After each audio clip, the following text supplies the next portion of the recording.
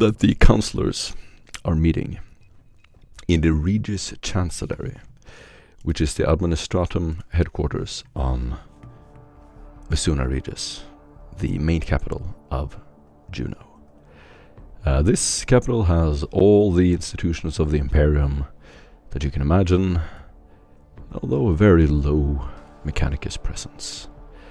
The arbitrators have also been captured, more or less, by the prefect or their servants, and rather than independent agents answering to Terra, they are subservients of the prefect. This has caused a lot of trouble on this planet. There are regular uprisings and people declaring this heresy, but due to the difficult connection with the rest of the Imperium, these strange practices are allowed to continue. You notice that, well, in your work you've read that the Vigilites, which you now pretend to be one of, due to a secret deal with Wilhelm, the leader of the Vigilites, who is this quasi-arbitrator faction. They're not truly free on this planet. For instance, they can't sentence members of the council. So the council directly serve under the prefect, and you as Vigilites are not allowed to sentence or interrogate them. But as agents of the Inquisition, of course, ain't nobody telling you what to do. You can do whatever you want. You're dressed as Vigilites, you're driving in an unmarked van, and you're on the way to the Administratum headquarters, where you've heard the councillors have been called to meet. This is a rare occasion. Usually the councillors are kind of their own emperors with their own land, their own districts on Potagrim, this pleasure world that previously acted as a moon. And they're usually off-world or in some pleasure dome. In a rare occurrence, they've all been called here in connection to a murder on an important senator serving directly under the prefect. The murder, according to the rumors, happened in the Administratum headquarters. As you begin to approach the Administratum, you enter the Desaleon district. You will see large, dark, rockcrete buildings, beautiful Gothic architecture stretching up to these poison toxic clouds above you. Monorail trains sparkled above and beneath you. All manner of people here. Strange clothing under neon signs. Vigil patrols. Occasionally you will see markets. Children, regular people. And as you approach the Administratum headquarters, you drive into more and more secluded and abandoned parts of the city.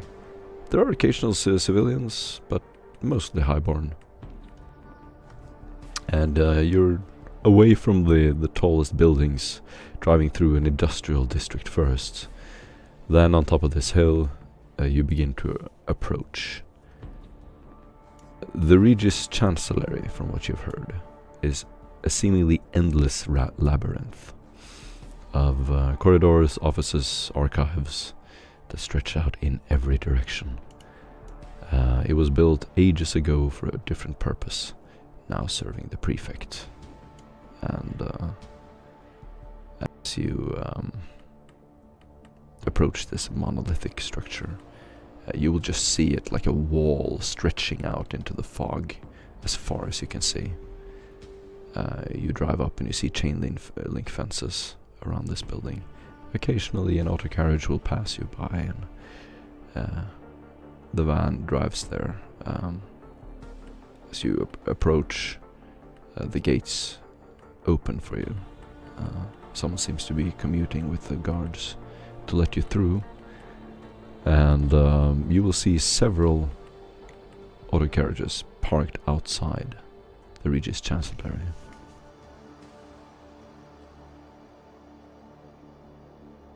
And while sitting in the van, I guess you can describe your character, Aaron, whatever you want to say.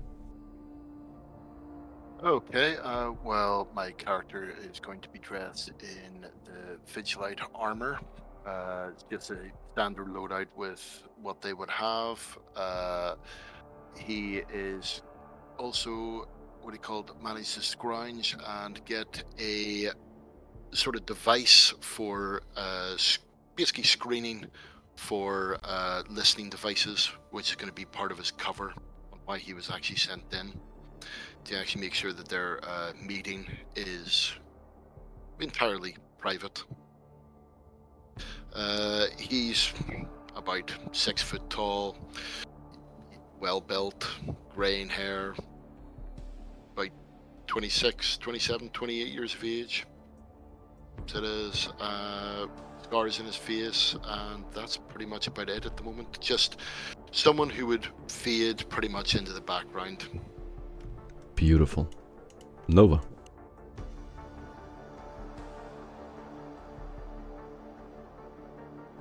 Alright, gonna skip that for now. Demetrius. I didn't realize I was muted. Ah. Yeah, go ahead, Nova. Yep. You want me to go? Yeah. Okay. Oh, Nova is dressed in the usual garb of a vigilante's armor and clothing. She's on the shorter side, about 5'4", live, somewhat skinny but athletic. She has a dark brown hair tied in a bun behind her. She has an auto pistol on her hip and a sniper rifle on her back, as well as two two random handles that are attached to her belt as well, which are folding out swords. Other than that, she's on the pretty side, most would consider. She's got a scar above her right eye, going across her right eye, but not overly attractive. That would bring unwanted attention to her. But Nice. Demetrius? Alright, well, Demetrius, he is in the side of the car, dressed in his usual attire of a black pants, black robes, and a black t-shirt, as he is still just with his staff in his hand as he looks around the vehicle, as his face is built like obsidian. Eyebrows, no scars, just black, smooth features with a pronounced nose, face, and jaw as he just looks at everybody else. Awesome. Is he powerfully built or lean? More lean than powerful. Gotcha. Finally, Boyle. Boyle is currently sitting in the driver's seat. He's currently locked rigid on the wheel, like he would imagine a soldier would be. Also garbed in vigil regalia, a shotgun at his hip, just under the door. The vigil helmet hiding his messed up, partially shaved red hair. Although on the surface, anyone just glancing at him would see him locked up. Anyone who pays him any closer mind would see that small adjustments of movement leave him to constantly scan the area around him. A very lean build. Kind of looks like he'd just be pushed over by a stiff breeze, but these sort of tense movements prove like a sort of very dense musculature. awesome. As you drive up to the top of the hill, Caleb, you're driving, right? Yes. Yes. You will feel the wheel sort of squeak, and sometimes when you turn the wheel, it doesn't respond immediately. You have to do like 10 degrees, and then you feel it engage the wheels, and this hard thug as you force the cogs over to the other side. It's more like driving a tank than anything else, and it's unlike anything you've driven before. As you reach the top of the hill, you begin to see some more people. It doesn't seem well guarded, this area.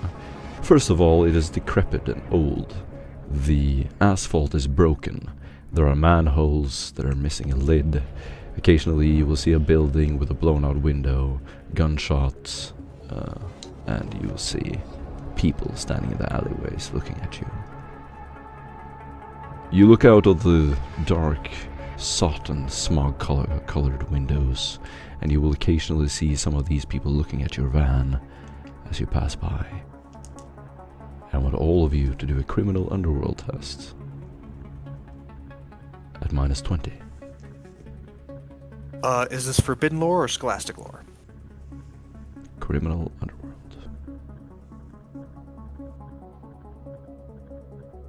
It isn't a common law.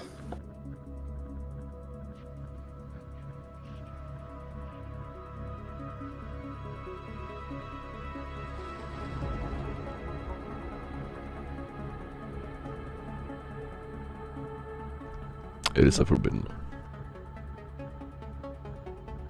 Criminal cartels and smugglers. Let me just roll. Ignore the name, they're all the same. Call it out if you call out the results. I got 6 successful 1 degree. Successes. Well, Baby, ooh. Nah, they're all the same. I got every single forbidden lord the same way. Holy moly. Nova, you notice a few of them gesturing in your direction. Demetrius, you notice one of them doing some hand gestures. He lays his hand on top of his other hand and he starts rubbing it. Then he raises 2 fingers and puts it back in his pocket quickly. You see him scowling across the street. As you begin to approach, you sense that something is off. These people have been waiting for you. You immediately notice 2 of them begin to move. As you see that, yeah, you can sense that something is off. So, the finger motion. Do I understand what they mean? I assume that I probably don't, because it might be a Abs- local thing, but hey. Absolutely. You sense that they're saying they have arrived. Prepare. Something in that category. How close are we to the... You're about Adrian 100 Street? meters away. You can just see the open chain link fence, and you can see the massive building in front of you. Demetrius is gonna go towards the front seat, tap both Franz and... Damn, I don't know his name. Red-haired boy. He's gonna tap both of those guys on the... as alright, so... Gangers, company, happening soon, and they're expecting us for whatever reason. So, be prepared, have your guns loaded, and let's not get loud. Did you see which gang it was? Did you see which gang it was? Demetrius, The 6, but I know what type? They did not you did not recognize them as a gang at all. These were 2 strange-looking, gauntly-looking civilians. No, I don't think they're a gang. I'm just calling them gangers. That's what I assume any single criminal type is, but no. No affiliation marks, or at least nothing I could notice. Alright. Well... Do you think one of us should pop out and have a chat, or do you think that we'll be able to handle it? That'd be too obvious. The Fair surrounding area is of many warehouses, empty for the most part. Old cars with broken wheels, junk, and the backyards filled with various debris. The roofs are flat and mostly one story, sometimes 2 stories tall, leading up to this open plaza, which is the Regis Chancellery itself, where you see several auto carriages parked outside.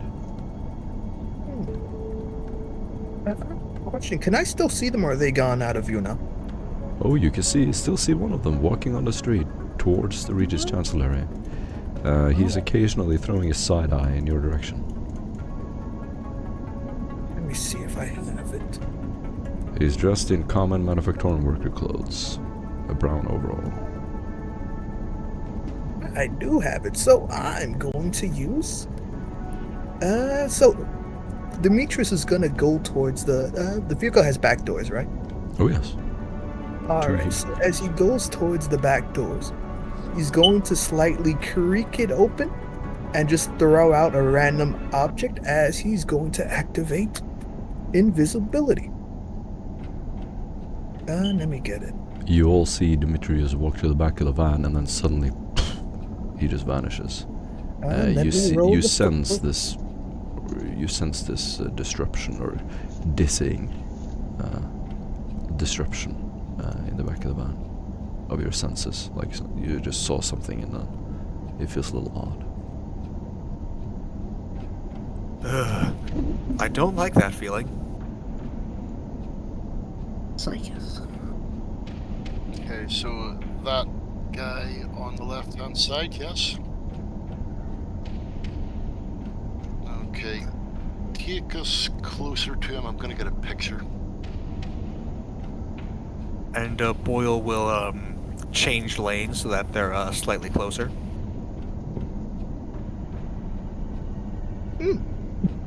And you'll see the window come down. Brands will make it very obvious that he is actually taking a picture of the gentleman's face. The person immediately jolts his eyes in your direction. His face goes down, and he immediately turns 90 degrees and starts walking into the alley.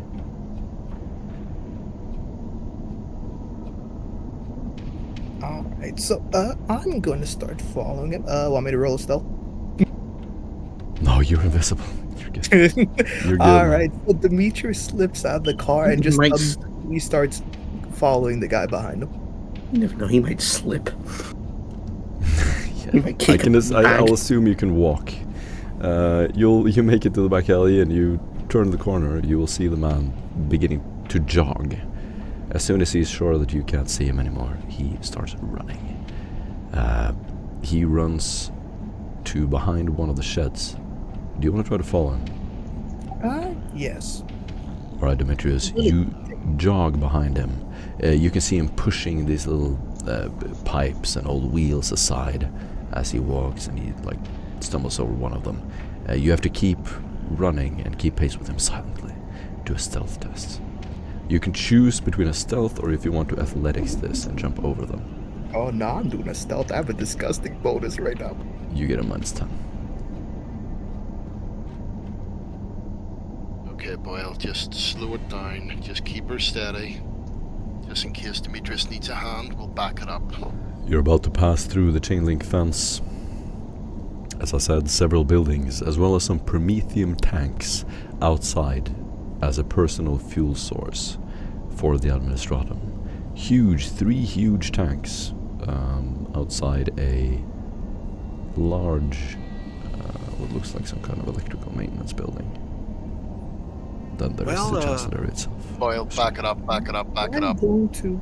Boyle will quickly make a lane change signal and turn off, not into an alleyway, but into a side road that is also going in this direction. But rather than turning into the actual complex, he's going to turn left so that he can circle around it. Mm-hmm. I'm Cool. going to burn one fate point for +10, and here we go. Hey, do I burn another reroll? No, hold on. I've got an inspiration you can use. Okay.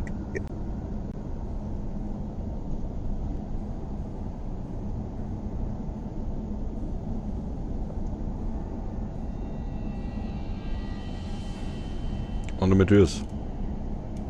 Success with Yeah. Nice. Alright, what happens? All right. You said he was going through a fence, right? No, he's jumping over some junk. Oh, jumping over. All right. So as Demetrius sees him start to jump over, he just starts following behind his exact footsteps. And anytime there's like a noise or creak, he moves at the same pace as he goes over the object, making a crashing sound. But at the same time, there's another crashing sound, just masks him. As then he just slips back into the shadows, even though he doesn't need to for extra caution, and just keeps following the man. How close do you get? You know what? I'm gonna be a good 5. I'm gonna try to keep it at 5 meters so I can hear him, but I'm not immediately breathing down his neck. That's pretty close. Okay. You make it until you see him like sweaty, lean up against the side of the wall. It's a brick wall. He starts breathing heavy. His voice is shaking. He touches his microbead. You can see him like pull his little brown hat aside. He touches his microbead, and he will openly, in low Gothic, go, "They've arrived. All of them. Yes, it is prepared." He looks out into the alley, and then he runs out to the administrative building itself. Before he runs away, I'm going to, let's get a little bit crazy. So, Demetrius is going to put a hand on his shoulder. And then take it off immediately. You hear a gasp, and he looks over. You can see his eyes are just tense with horror. He looks over and he will stumble over a metal pipe. He falls back on the ground, and you hear this sliding sound as his pants get torn up by some of the junk on the ground. As he starts to fall down, Demetrius says, "The Emperor is mad with you. He wants us to tell you. He wants me to know why you're doing this." As he says that, he moves to the side of him. It stops talking, so he doesn't know where he actually is. He immediately gets up and starts sprinting towards the Regis Chancellor. That's not a good choice. I'm going to use... You know what? I haven't used this one yet. As he's running, I'm not gonna fully chase him. I'm gonna start telepathic link to see what his thoughts are. As I'm just gonna keep slowly following. Do it. This is opposed. You get 2 degrees of success. I'm rolling. Now, this is opposed, so whatever, I have to be his, whatever is. Yeah. I'm assuming you're driving very slowly, Caleb. I'm just going around the block repeatedly. Hmm. Like I'm driving at a normal pace though. It's a single road, so there's only one direction. But you can like make little half circles, drive the van around. It's not there are no blocks there. It's just one road. Oh, I see. In that case, yes, we would just be sort of like I think what Boyle's going to do is he's going to drive off to the side and like attempt to do like a 3-point turn, but fail multiple times, purposefully, so that it looks like he's incompetent, but really he's just sticking in the same spot. Gotcha. All right, Demetrius. You can hear him. His mind literally yelling out, "Please, by the Emperor, protect me. I hope they can see me. Shoot them."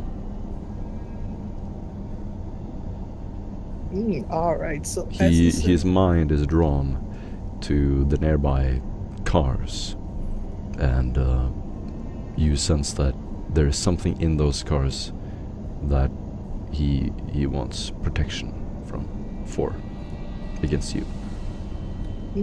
Alright, so as he says that, Demetrius is going to click on his microbead as he just whispers in it. There's cars nearby. There's something in them and he wants them to shoot you. Be on guard. as he's going to keep following him and just keep the mind link, as he's going to probe deeper now.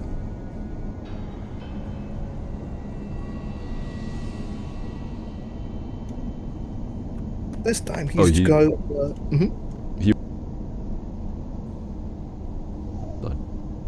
Alright.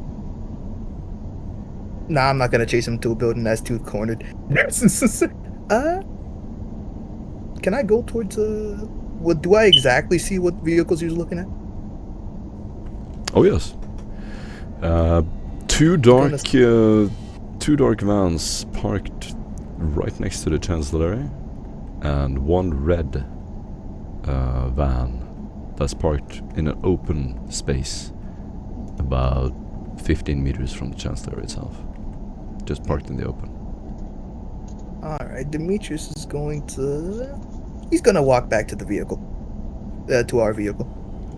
As you walk forward, you will see the huge lights, the floodlights of the van, as it slowly rolls over the hill towards the chancellery. Alright, he's going to tap on the door before popping it open. And then getting back in and turning off the invisibility. You hear these metallic clunks on the side of the van. Is that our friend, or?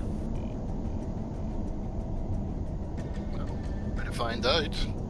Nova, if you would. At which point, when he called, he's going to lean over the back of the seat with a bolt pistol aimed at the back door. So she's going to draw one of her swords and open the door. Demetrius is just gonna walk in smiling. He just kind of has a frown on his face now. You really expect somebody to randomly knock on the door and come in, and it's not me. Not be too careful.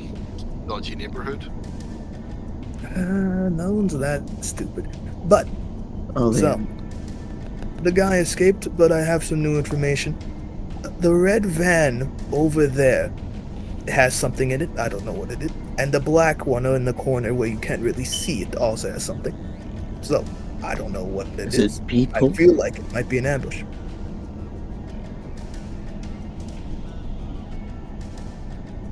You're not Oh man, this is actually gonna be hilarious. Hey, Nova, and I'm gonna reach into my pocket and I'm gonna pull out a big notepad full of like tickets essentially, and I'm gonna say, hey Nova, you should give them a parking ticket, and then like see if you can see what's inside the vehicle while you're there. Well, they'll see me leave the vehicle. Yeah, because they're in a parking violation. An undermarked van. One they probably know now that is us. Oh no, they definitely know. That's like a good way to get shot. Well, yeah, but then you know like reveal where they are, and then publicly they'd be shooting a vigilator or vigil. Yeah. And is it because I'm the most likely to dodge that shot? Oh yes, definitely. Mm-hmm. That was my intention, 100%. The van creaks as you're about to reach the end of the road. There is nowhere left to turn. Well, Guess we don't have any more excuses or chances, so... And Boyle will put the ticket pad back into his pocket, and he will, Are the gates currently open, or are they closed?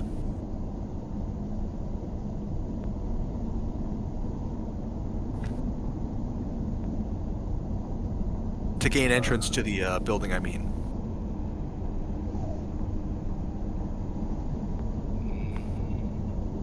Perfect. In that case, Boyle will drive on through towards the building. And you can just hear Franz going, thought I'd just gun it. Don't What, gun just it like- yet. We still don't know what's inside. The van But has anyway. no longer to drive. You stop right in front of the Regis Chancellery. The building towers in front of you. Large grotesques and statues on both sides. A dim lumen flickers above the entrance.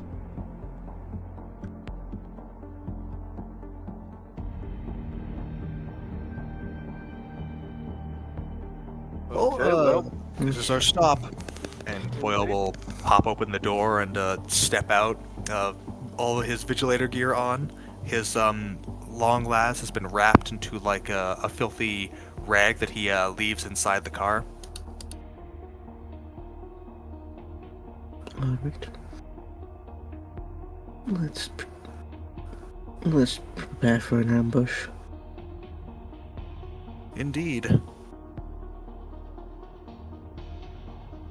okay, so, yep, Fran's going to get out of the other vehicle, side of the vehicle. He is going to attach a bolt pistol inside the, what do you call it?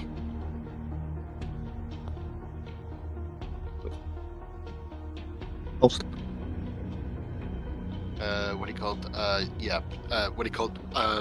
One of those shoulder holsters, and is going to take out just a standard issue las gun. Is then going to start walking along with the apparatus that he had beforehand, and just start walking towards the building at a rather brisk pace. Boyle will be following shortly behind, making sure to keep him covered as he just watches out for any ambushes. Looking at the window specifically, or the hedges if there are any. As the others get outside the vehicle, Demetrius leaves last as he just closes the door behind him, and he just keeps looking forward, but he's still just side glancing the red and black van to see if anything strange happens over there. As he just starts walking into the building. You will hear a mechanical sound as a door unlocks on one of the vans parked nearby. And suddenly you will hear a door get shut on one of the cars. Who's walking first? I suppose that would be me. Yes, our fearless leader. Second? That would be me. Yes, Fran. Second and third? I think I'll be second. Nova's second. Boyle will be third, following up afterwards. Excellent. At that point,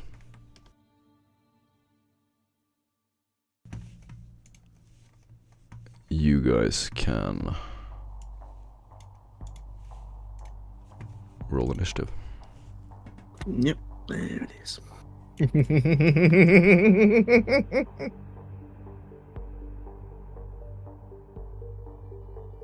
Laughter might be more frightening than any actual threat. Hello again. Quickly describe it. Oh, And then- right. Comes out. Right. Are we all in Vigilite gear, I believe? No questions. Go ahead. Right. So I begin to walk out. Sorry. You see walk out a very lean, scrawny man with very dark shaded curly hair, bits of red in it, mostly dark brown. Extremely flushed skin, looking as if he had barely ever been in natural sunlight most of his life. Very, very much prim, proper, and looking extremely professional, though, in the gear that we have donned. Proceeding forward with a very, very sharp and keen eye, seeming to be in a state of very, very high concentration. Moving to the side of the rest of the group and catching up with them. Suddenly you will all hear the crack of a storm bolter as Nova, you are being shot. This is a surprise round because you didn't do much to prepare for this ambush. Go ahead, Nova, if you want to dodge. Alright, I can't slap a token, so... Go ahead and drag your token to them up and then Wow. dodge. Okay.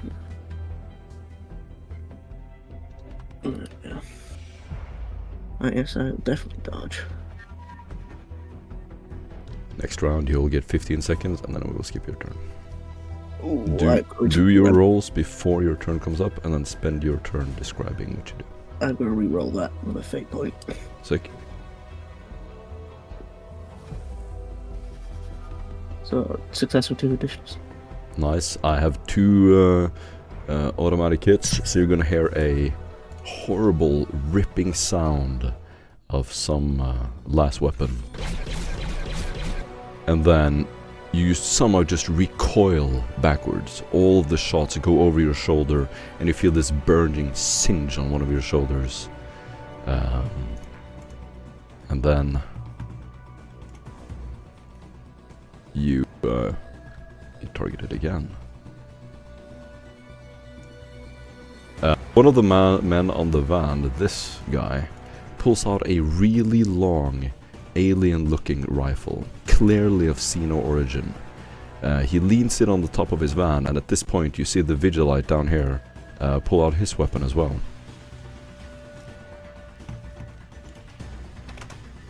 The carry hostile is going to shoot you, Nova. Okay, I'll roll dodge. Success 1. You get a minus 20, so unfortunately that is not enough due to inescapable attack. Okay. And this will be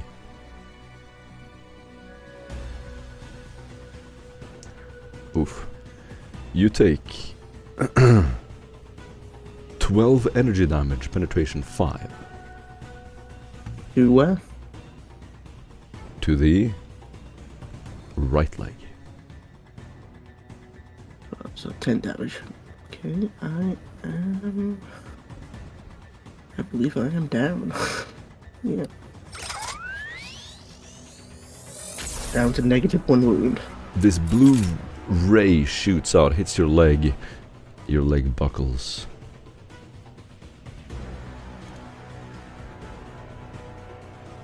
And the blast of the energy sears the flesh and bone of the target's leg, leaving a nasty burn scar. The target cannot use the run or charge action for 2 rounds. The gets back down behind the van. Mutated steps to the side of the van and is going to try to shoot you, Nova. Okay.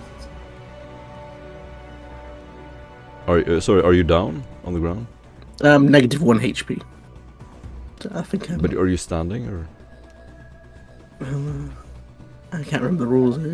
I believe I would still be well standing. Unless there's some effect to make you fall. Yeah, no, you're still standing. The only time you go down automatically is when you're actually dead. Ah, okay. Okay, Alright. that's been a while. Nova, you get shot in the left leg this time. Left leg. Okay.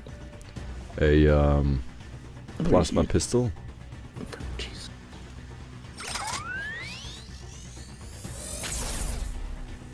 Luckily for you, minimum damage. You're gonna take 9 damage to the left. Alright, that is -3 for me. -3. A solid blow to the leg sends currents of agony coursing through the target. The target suffers 1 level of fatigue and is knocked prone. Reduce her Yep. movement. Reduce her movement by half for 1 round. You're prone. Yep. Give you an icon for that. Oh, you can remember it. Yeah. Nice. Okay.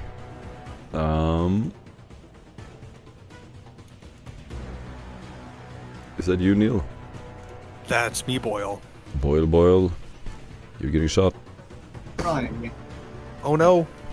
Who knows? You get 5 degrees. So you get a minus. No, hold on, you get a minus 40 to your dodge. All right. I will fail to dodge. Oof. Alright. The plasma gun is going to hit you in the chest. All right. Sorry, that is not a plasma gun at all. You take 14 energy damage. to the Penetration. chest. 4 penetration. All right. So you feel this warm last round goes into your armor, your chest armor. You get like you fall back slightly from the pressure. Boyle will scream in pain as he is knocked back, and he will stumble back, but he will still be standing thanks to the Vigilite armor that he is wearing, which has partially melted due to the plasma. Beautiful description. You get an inspiration point. Awesome. Thank you. You get another shot to the chest. This is some horrific weapon. All of you immediately are aware, due to your training, these are not regular gangers or some thugs. These people were sent here to kill you. And you get another shot to your chest. This time... Boyle will... Mhm. Oop, sorry. No, this is not another attack, it's semi-auto. So another shot hits you in the chest for a total of 13 energy damage.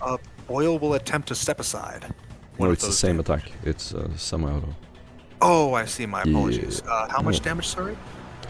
13. 13. Still pen 4? Yep. Cool. Boyle is going to be at,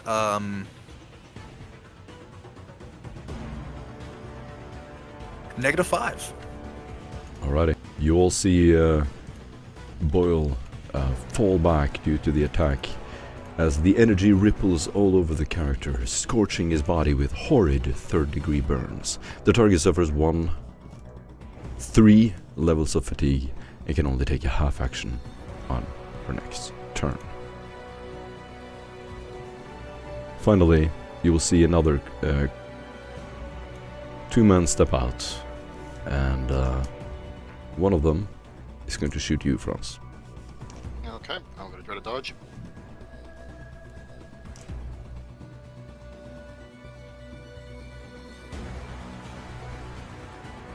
That's success with 2 additional.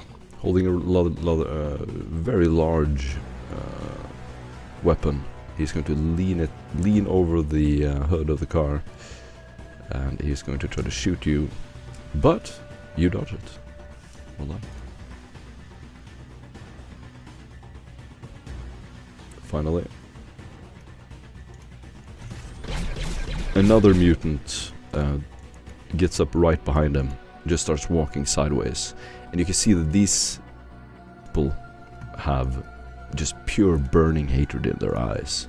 Whatever they believe about you, they have been told probably the worst imaginable things about you. They're attacking with this ferocious, fearless hatred. He opens fire, tries to shoot you as well, Franz. And he dodges with step aside with 5 additional. Whew. Very nice. Barely a dodge, you got a lot of success. So that's gonna be everyone. You see the Vigilite over here immediately lean down. He motions for you, your eyes meet his, and he's clearly like feeling from behind cover. And then it is your turn. You can see yourself in the turn.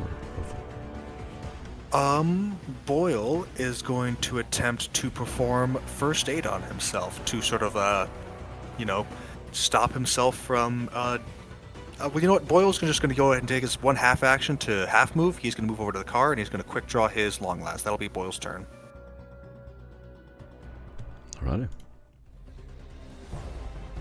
Okay, so Franz, seeing that there is, well, it's all going downhill, basically draws his bolt pistol out, takes a shot at the Promethean tank whilst running, using hip fire, and jumps into the vehicle as well. While it's going on the microbead, saying, "Everyone, mount up, mount up, mount up." So it is with the plan of getting out of there. And finally, that's 7 degrees of success for the hit for the bolt pistol against the Promethean tank. This Promethean tank? Yep. Okay. And that is damage of 14 pen 4 explosive. Alrighty, explosive? Ah, shit. The tank is going to explode. You all immediately see this dramatic, gigantic explosion next to the van. The van, like, is lifted up to the side. This bright yellow flash fills the ground. As the windows on all the vans are completely blown out, except yours, of course, because it's not really glass. As well, yeah, this bike tips over. And we're gonna roll to evade. Success.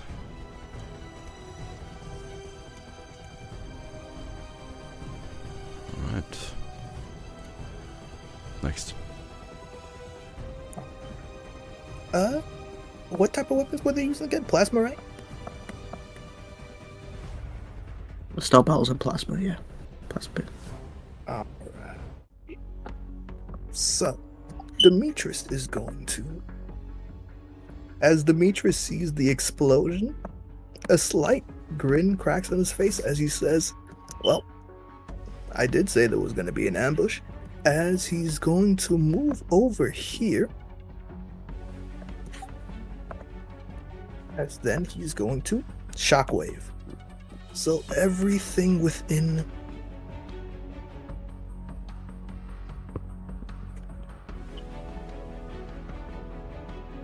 Alright, so everything within this range is going to get hit by it.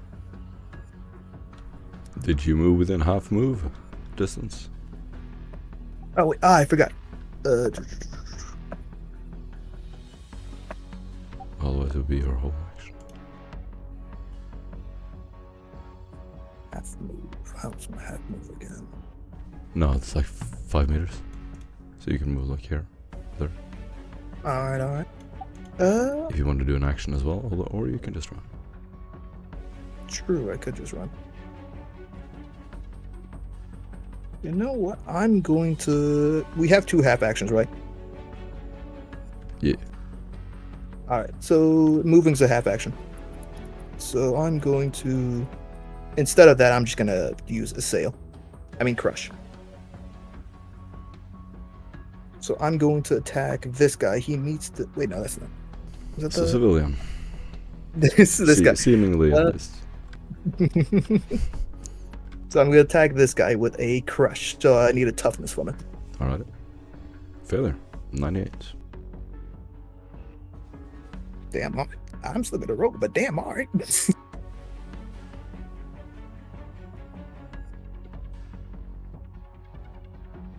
Success with 9. That is a success. Alright, so he's going to take this much damage.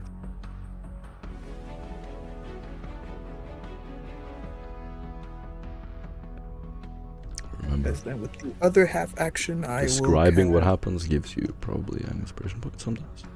I know, I'm just doing the damage first to see if he gets crushed. No. Alright, so as the explosion goes off, Demetrius stretches out his hand, pointing it first at the civilian before just shaking his head at himself as he moves his hand over here. As a invisible grasp picks up the mutant, as he tries to struggle, as it just crushes his internal organs, lifting him up slightly off the ground as he also takes this much. Oof.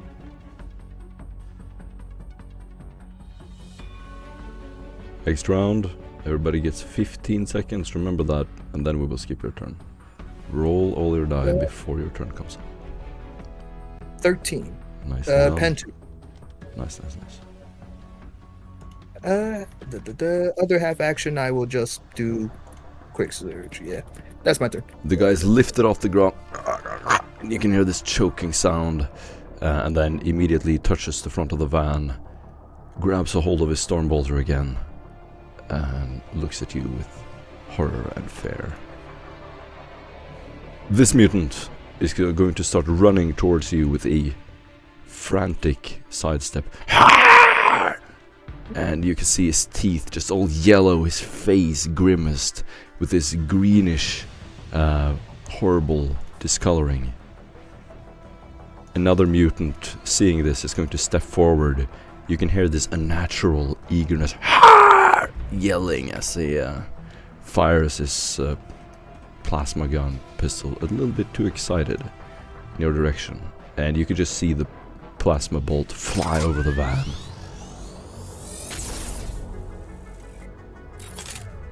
Boyle. Boyle will slide into the next seat, taking a half action to move, and he will aim out with his long las, barely taking the time to aim, pointing at the mutant that shot him with the plasma pistol. His arm is shaking, he's panicking, but he takes a moment. I spend a fate point to reroll. He breathes in and out and fires, and with a 10 on one of my damage die, it will pierce through the mutant's head, dealing a total of 10, 16... 17, 18, 19. A total of 20 damage to the mutant's face. Very good. Fortunately, the mutant dodges unless you have an escapable. Inescapable for minus 20. Minus 20? Are you sure? Yes, because two... Oh, no, sorry. Minus 30 because 2 additional. My apologies. Oh, minus 30. Okay, I was thinking wrong. Minus 30, minus 30. Got it. Okay, okay. 20 damage? 20 damage, yes. Pen 6, felling 4, so it ignores unnatural toughness. Sick. Well done. You get an inspiration point. And Thank you. boom. You shoot him, his head jolts back, and the side of his scalp just falls off. You hear this shriek of pain, and you can see he staggers back. His whole head is just blood running down his face.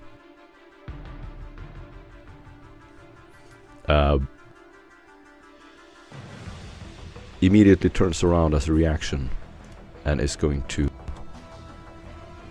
try to shoot you.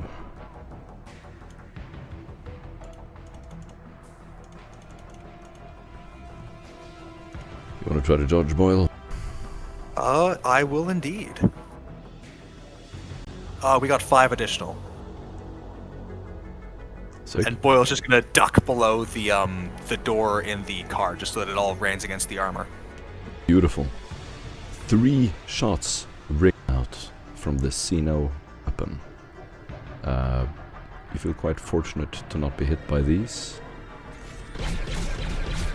However, the van is hit several times. And I'm going to roll for damage. Can anyone follow the van's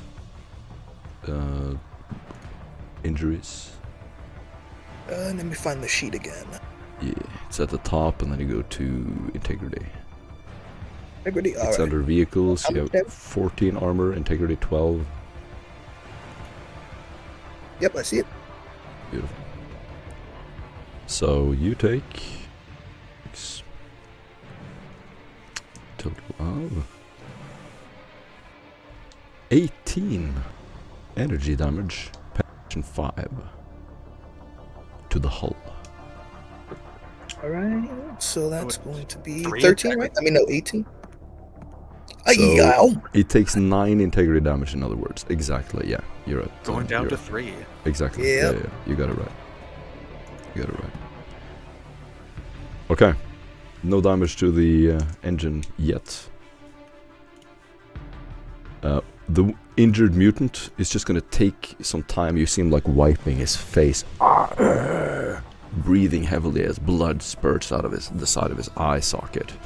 He's just gonna take a Hail Mary shot in your direction, Neil. Dodge.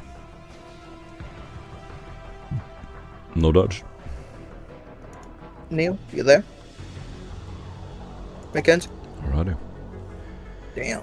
That's gonna be a hit to the left leg again. And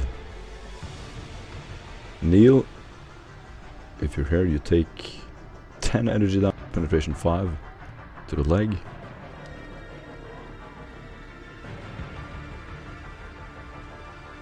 Say it again. I'll write it down so whenever he comes back. I'm just gonna. I'll write it on the note next to him. 10 pen Okay. 5, and then another 13 pen 5. All right. Same leg. And the Vigilite is going to step up here. Up against the stairs, it's just looking in the door. Another Vigil about to step outside. And he's going to take a shot at the mutant. That is a headshot. For a beautiful amount of damage. Take 4. Right. Mutant standing beneath you, Franz. Franz is going to stay behind cover and is going to try to shoot you again. Franz. Okay, I will try to dodge. No, can't. I'm in the van. You're in the van. You ran into the van. Okay, my mistake. Yeah, he's just going to take a random shot at the van, actually. He's going to aim at the wheel. And he's going to be successful. That's going to be 3 hits to the wheels. 12 energy damage, 4 penetration. Down to 1 integrity. And then 15 energy, 4 penetration. That'll take us to 0 integrity. And then a third hit for a total of 13 energy, 4 penetration. We are now at -3. -3. To the motive systems. One of the vehicle's wheels takes a major hit, and now one side of the vehicle's drive mechanisms is responding more slowly than the other. The vehicle gains the motive system's impaired condition. You hear this sound as the air goes out. Franz. Okay, so Franz is going to boot open the door, take a shot. Sorry, I'm having a bit of a problem here. Okay, so Franz boots open the door. He's got his bolt pistol drawn and takes a bead on the mutant that actually just fired at us. Taking a deep breath and slowly releasing it, he shoots twice and hits with inescapable attack success of 3 additional degrees. Hits for a damage of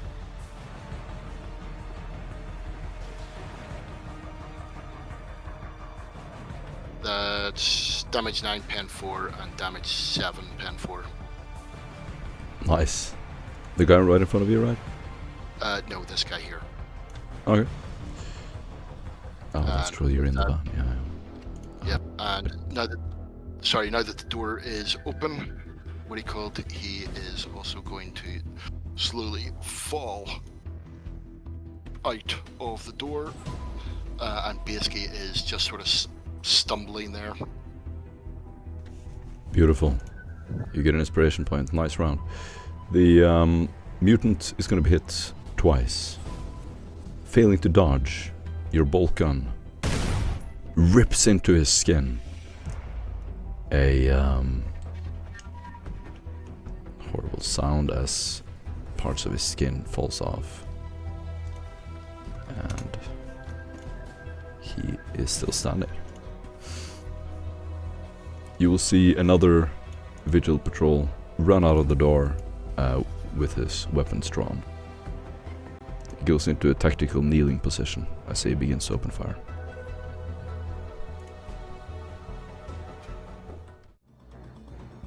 15 seconds.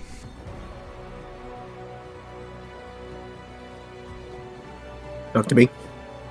Alright, so I'm going to precognition. Everybody gets a plus 16 whenever they try to attack somebody, and I will crush again on the same mutant. Give me a toughness. As he starts to point to the different mutants, and exactly whenever their heads pop over the cars, you can see them follow. As he just starts pinpointing whenever you should shoot. Let me roll it.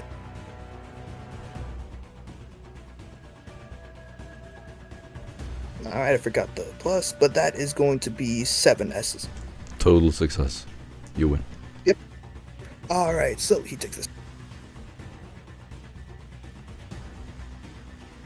14 to that mutant again. As Demetrius picks back up, is he dead? Or is he still alive? Any pen? Pen 4. Pen 4? Almost. You're close. Alright, so as he picks him up, he just looks at him as he just kind of twists his hand, trying to snap his arm off, as he just looks at tougher than I expected, as he slams him back down into the car on the ground. He gets lifted off the ground, and you see this squeezing of his body causes even more blood to squirt out of his face. You can see him like struggling to breathe as he drops back down on his feet, completely covered in blood. The mutant on front of the van is going to like take the butt of his gun, just slam it into the hood of the van, and his eyes meet yours, Commissar, or Boyle rather, and you will see just this burning intense hatred as his hands trace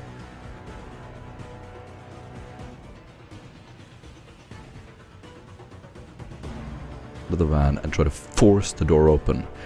Holding the handle to open the door, he's going to pull with all of his might.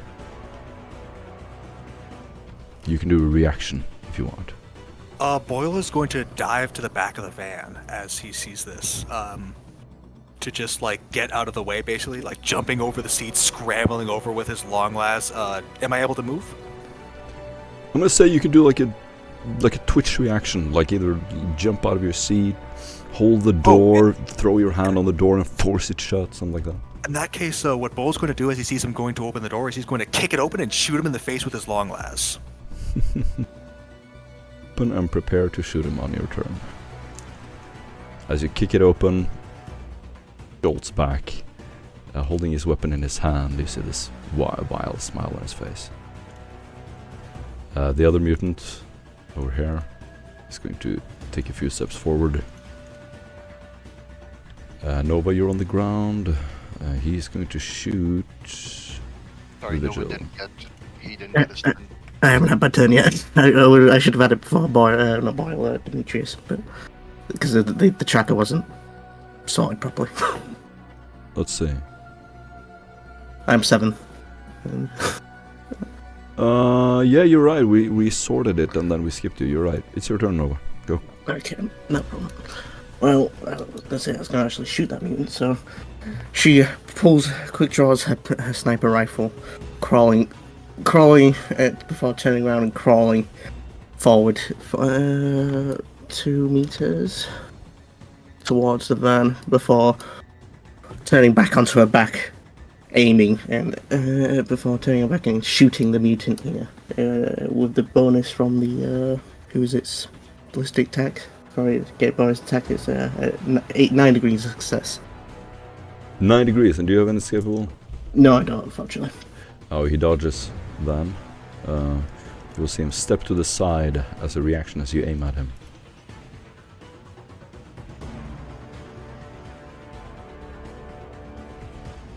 Doesn't hit, no. He does not get hit. He dodges. Okay. 9 degrees, jeez. Yeah, it only counts as a penalty to his dodge if you have an inescapable attack. Otherwise, But still, 9 degrees is a lot. No, for dodge, as long as you have success, you just dodge it. Oh yeah, I keep forgetting. I know. Yeah. Oh wait, yeah, I keep getting that. That's why I got inescapable as soon as I possibly could. Yeah. Anyway, Also, anything else?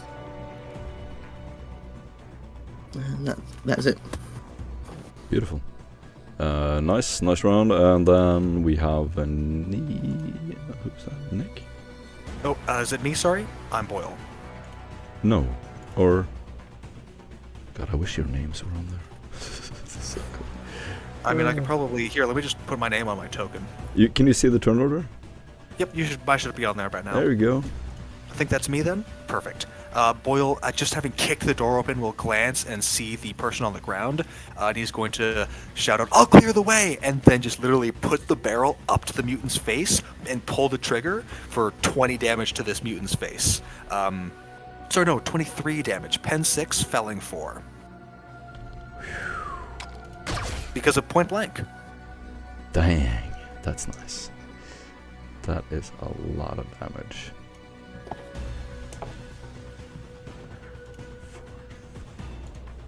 Excellent. Excellent, excellent. The mutant gets shot in the head, and you see the head fall back. It's through the mouth. Something breaks in its skull, and you see it like lean sideways slightly. Now you begin to see the strange bubbling motion in its chest. One of its hands starts to grow like almost like a hook, and it reaches down, and you hear this horrid, gut-wrenching, soul-wrenching scream.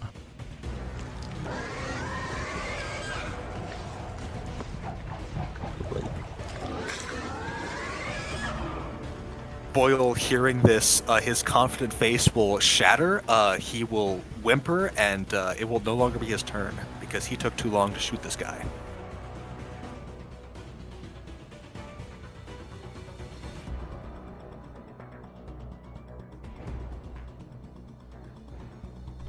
In front of your very eyes, the thing will fall to the ground and begin shrieking, its body exploding and mutating in real time.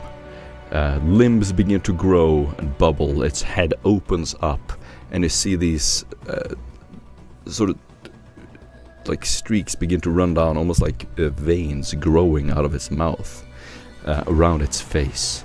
It is twitching, moving unnaturally fast. This is some horrid thing from beyond. Take a fair 1 test. Boyle, Nick, Nova. That's a willpower minus 30. Minus 10. Minus 10. Unless you have jaded. terrified. Unless you have jaded. Oh, I think also resistance sphere as well. That's a minus 2. If you fail, roll a 1d100 and add the amount of degrees of failure as plus 10, plus 20, plus 30, etc. I got a 126. As it is a 66 plus 60. Alright. What is up here? Boyle. Boyle. This is not great. In the van, as soon as you shoot it, you see it fall to the ground, and then these horrid shrieks with the burning background. Imagine like it's a wall of flame in front of you. It's difficult to see. The van is filled with this smog. You smell the burnt promethium. The promethium hits you, and you get a little like tired and dizzy from it. And in this dizzy state, in a state of total fear, you see the thing fall to the ground and begin to twitch. Its veins fall to the ground, and it's almost like they're living as they crawl towards you.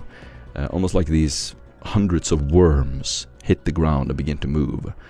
Things begin growing out of its eyes, its mouth. The character's mind snaps. He becomes catatonic for 1 hour. For that time, he is unconscious and cannot be roused. Well, damn. What does this look like, Boyle? Boyle will, seeing this, in his mind, he flashes back to a different time. In his mind, he is forced to make a choice, and he makes the choice that he didn't make. He then sees his life progress and how much better it is, And then he is immediately snapped back to his current situation. He sees what he sees in front of him, and his mind snaps, and his body can't take it anymore. And like a puppet whose strings has been cut, Boyle simply stops and thumps to the seat, dropping his long las, and he is reduced to a gibbering mess, kind of trying to clutch himself into the fetal position, but the car is getting in his way, and he can't quite do it, so he is just laying there, not even having the strength to cry. Awesome. You get an inspiration point. Remember, you can only have one. Yep. Enforcer is going to aim at you, Boyle, as he sees you're still putting up a fight. I am prone. So I didn't mean you. And in fact, no, he's going to shoot the vigil. There's the door. That's going to be a hit.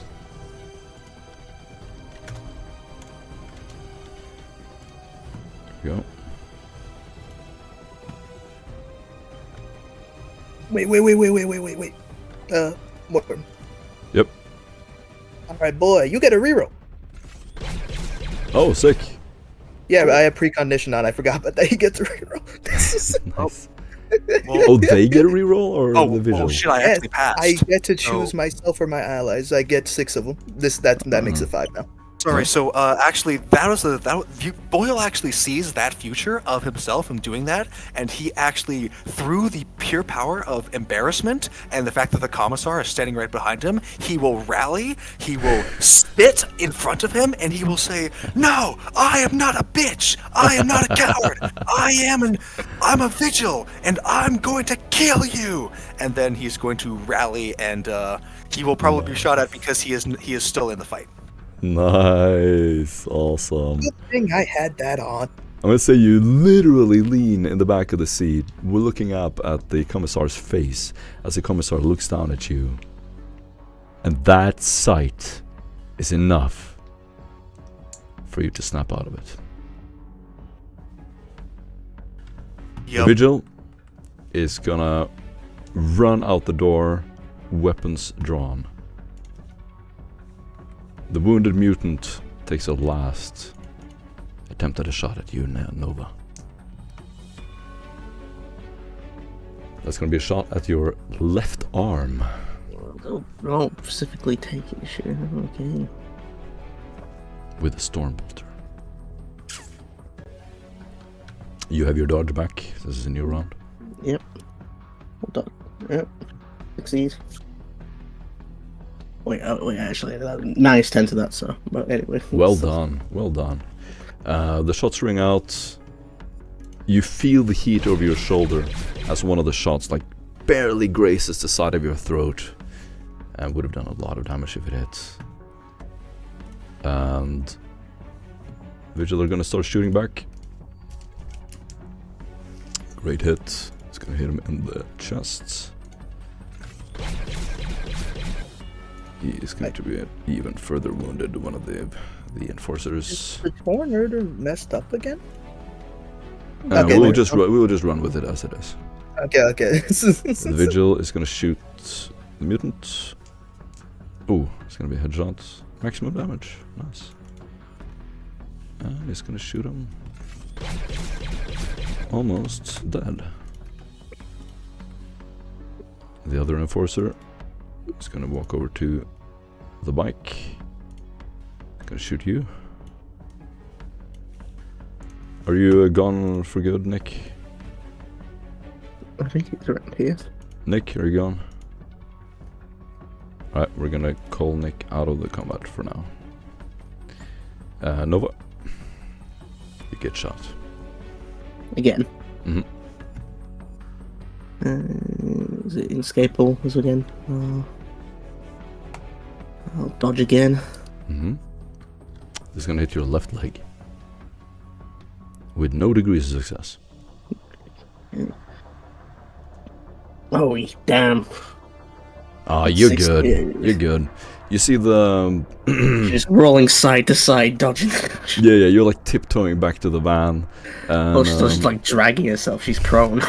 Yeah, it's like a cowboy thing. The shot just goes under one leg, you lift up the other, it goes under the other. And this one is a horrible one. The Xeno weapon he has is huge. He leans it over the broken bike, and you hear this loud thud. And fortunately for him, it does not hit. The mutant is going to try to shoot you, Franz. As a hit, It's a dodge with 4 additional. you get a minus 30 to dodge. That's 1 success. Stormbolter, so it's still gonna be. So how many degrees success did you have? That would be 1 if it's minus 30. That means that you still dodge both attacks. Well done. The attack hits the van.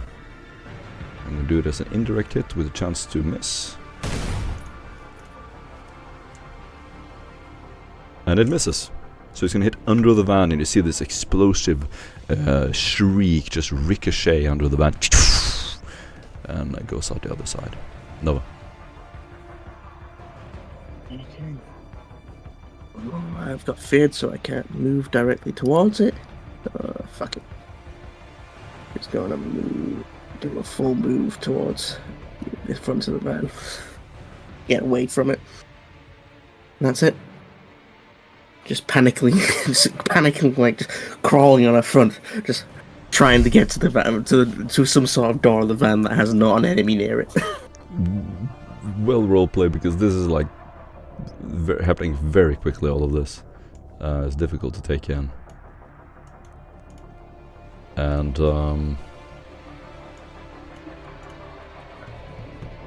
that's gonna be your turn. Franz. Yeah, that's my turn.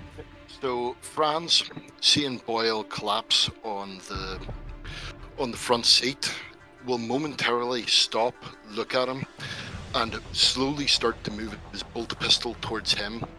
As he suddenly snaps back to it, Franz, what he called, takes a sigh and leisurely walks to the front of the van, takes an aim at the still standing up, and like on a Sunday stroll, takes an aim at the mutant, shoots 2 rounds, which both hit him center mass for a damage of 13 pen 4 and 6 pen 4. Then Franz will stop, will look back at Boyle just to make sure that he's actually still up before turning back to the mutant. Awesome. That's a great hit. And the bolt pistol is gonna explode. And this guy is now badly injured. Awesome. Hector comes running out. He is going to take a shot at the first mutant in front of him. Headshot. Good damage. Mutant is barely standing. Go. Alright.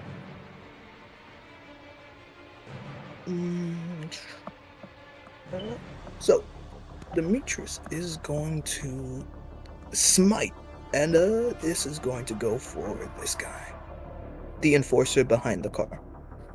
So I'm a roll to hit.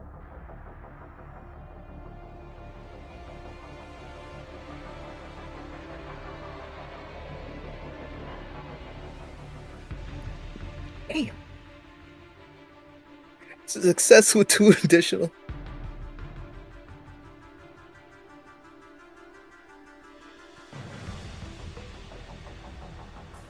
Hello? Oh yeah, that's a hit. Alright. Great hit. Alright. So, since this is a barrage, this hit multiple times. I got 2 successes, so I roll damage twice.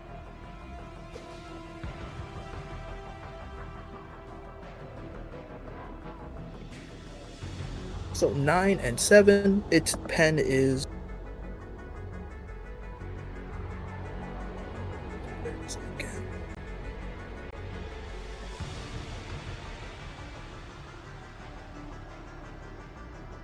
Yep, its pen is 4. Awesome. And at the same time, Demetrius is going to connect his mind with his allies over here as he's going to give them forewarning as he starts to point out any time they're about to make a shot just the perfect angle. Nice. Anybody behind cover no longer gets cover benefits. Okay. And that's it. Now, you're attacking the same mutant, right? This guy. Yes. He will be hit once. No, and not the mutant, the enforcer. The enforcer, okay. He's been on half cover, but let's see. Any pen on those? 4. And 4. Boom. Gets hit once. You see him like drop his rifle. A second bolt buries into his chest, and you just see him clutching his chest, falls down sideways. And you see disappear behind the car. The vigil are going to open fire on the mutant, who is going to dodge successfully. The mutant is then going to follow his orders, and he's going to try to kill you. Noah, you get attacked. Not any round, is it? Oh. So, I mean, I can't dodge. I've already took my 2 dodges if it's not any round. Right. It's going to be a plasma round. And it's going to barely miss. It hits your beneath your legs again. You hear this, and then you see this. God, the dice gods are looking out for me. Yeah, you see this blue orb hitting the ground underneath you, and it just starts burning, and the smoke billows up to your face. The infested human, with a horrible, horrible shriek, is going to force the door open. You all see the van tipping sideways as it runs over to the side of it, and with one of its claws is going to open the door. It then forces itself in, and like a horror movie, it's going to make its way over to you, Boyle. Alright, Boyle will attempt to... Bloodied limbs, some goo and slime get stuck on the door. It like twists and tweaks unnaturally through the door, forcing itself in, and then it's going to attack you. Boyle will have 5 additional degrees to dodge away.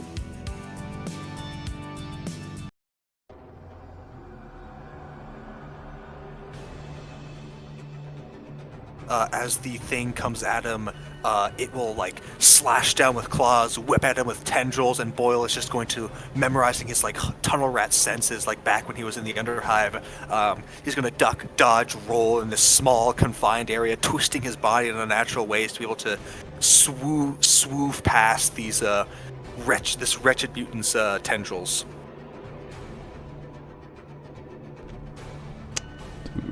Dodge 5 success. Unfortunately, so 6. 6 degrees. Unfortunately, that is not enough. In that case, I'm going to go ahead and use an inspiration to reroll. Nice. No, we reroll for worse. Okay. Alrighty. The infested human falls on top of you. Feel its horrible, cold limbs embrace you. This almost tickling sensation, which is airy and extremely like violating, begins trickling up your legs. It does not feel human at all. It is like vibrating and moving up under your armor, between your boots and your armor. The thing begins to slide up your armor, and you feel these very sharp tendrils begin to bury into your armor with this shaky vibration motion. The thing's face opens up over you. Luckily, you're wearing a helmet, and the thing will bury into wherever it gets through your armor. But it is trying to attack your body. It's gonna be a 13 rending damage To where? to your chest. Cool. Do I have armor with this? Or is it good? Yes, technically you have armor, yes. The description was for full. Solid. What's the penetration? No penetration. Oh, solid. In that case, I will be at -9. Righty.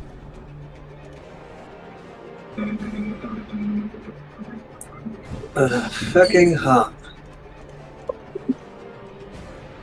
Running to the chest. The powerful blow cleaves the target from gullet to groin, revealing his internal organs and spilling them on the ground before him. The target is now quite dead.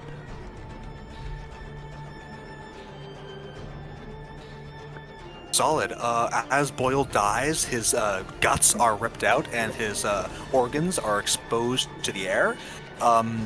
He will have his last thoughts be of. Wait. Again, It was you can burn fate point to stay alive. You can bear fate to survive. Nah. His last thoughts will be of his homeland, and with that, Boyle will die. Alrighty. Have you had a new character prepared? I'll whip something up. Yeah. All right. We'll. Nah, I don't know how Boyle would survive that, so he's just fucking dead. What? So his last thoughts are of his home world. What was his home planet? Mm. Out of Any- curiosity, any- what would I have? What would I have to have rolled for my dodge to be able to not die? That is a -70 to your dodge. Darn. So by 1. Yep. Yeah, his grapple is insane. Or his melee attack. Any last words or thoughts to the group? Unfortunately, if Boyle had any last words, they would be muffled by the creature flowing into his mouth. Mm. So they are smothered, and Boyle will die. Alright. You can all see through the tinted glass of the windows this horrible wavy motion of a creature on top of Boyle. It is pushing up and down as if you would try to resuscitate someone. Except when it lifts Boyle's body up, his head is motionless, just dangling from his neck up and down. His arms are limp from either side of his chest. He doesn't seem to be resisting. The creature keeps shrieking and lifting him up again and again.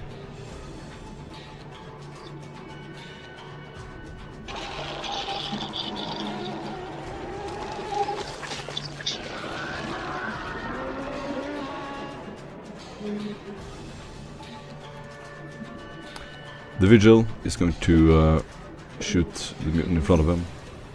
That's going to be a failure to dodge. And he's going to kill him.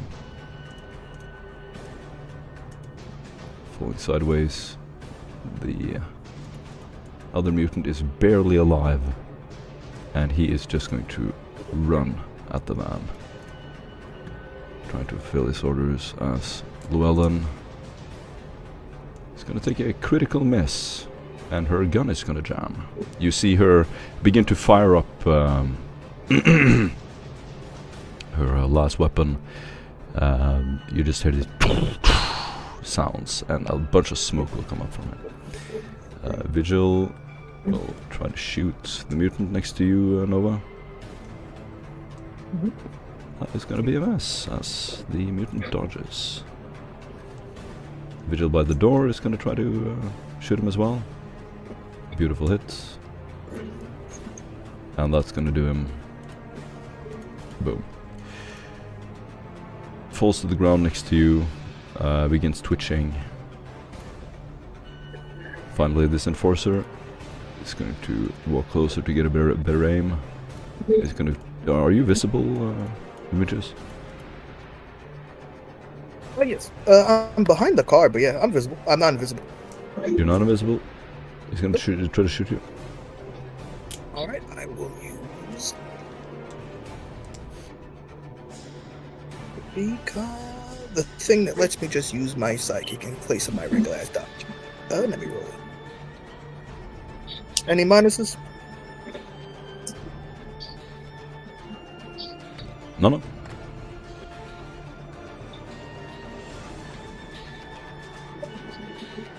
Damn, success with 2 additional. Sick. As That's gonna be a as the dodge. shots as the shots come towards him, Demetrius is already out of the way where he once was. As he takes a sidestep, as he just looks directly, looking towards him, but not actually seeing him, as he's just looking at what he's gonna do next. Wonderful. Mutant is gonna try to shoot you, Franz. I'm gonna try to dodge. Mm-hmm. That's a minus 30 to dodge.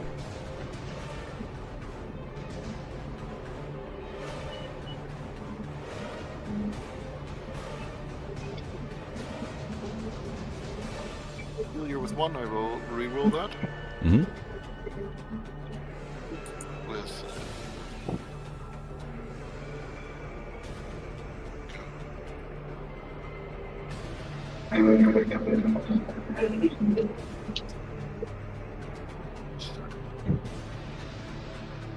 success with 5. Sorry, that was success with 5 on the dodge. Wonderful. You dodge easily as the plasma round Stormbolter, sorry, has a chance to hit the van, and it does. That's gonna be a. Does anyone have the van open? I do. 13. No boils on it. 13. Sorry, the damage is it's currently at -3. What's the damage? The van gets 13 pen 4.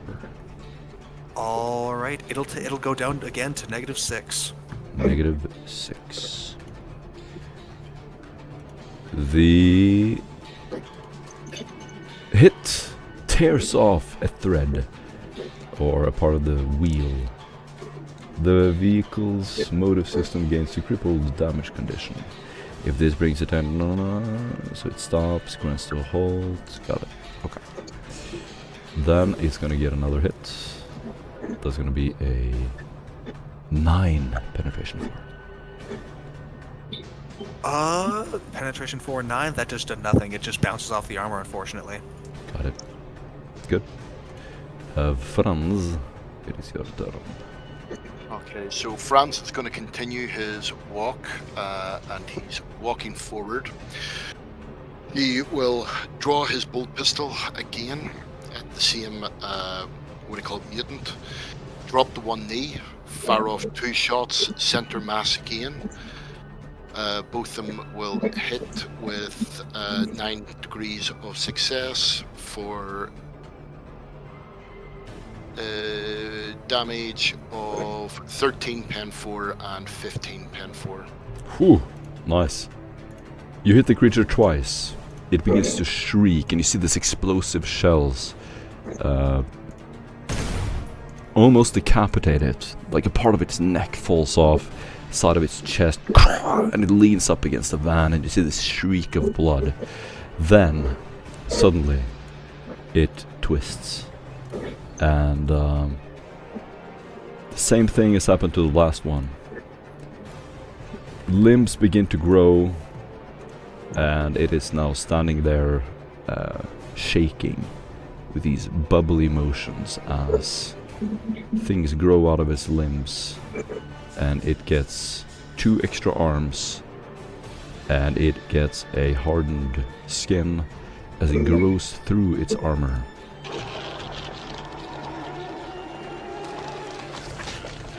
And as change starts to happen, you'll hear Franz over the intercom saying, "Go back to the hell that spawned you. Llewellyn, bring forth your cleansing flames." Beautiful. You get an inspiration point, Franz. The creature is horrid, like a nightmare. You have jaded, right?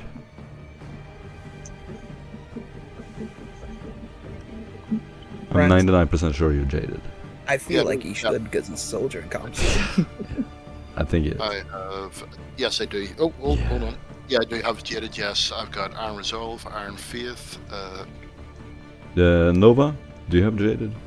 No, I do not. Please do a -10 willpower. -10.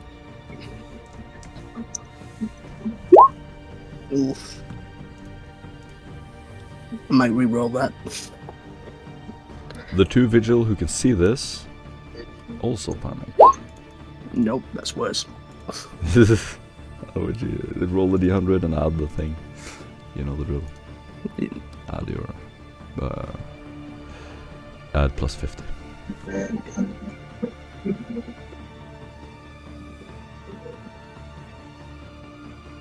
$66.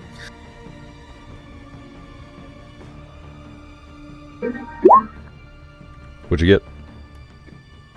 Character is frozen by terror. He can no longer take He can take no actions. actions until he recovers himself. After Yep. snapping out of it, all of your tests are -10. Alrighty, not good. You begin to shake, Nova. You are frightened. That's gonna be your turn, Franz.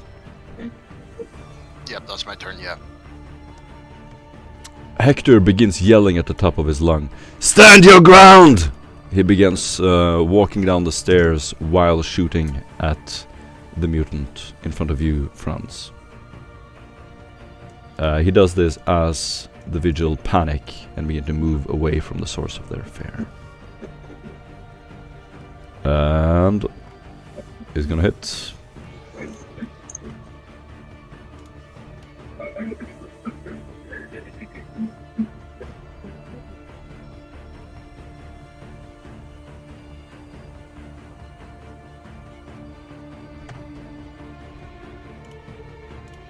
Dealing some good damage.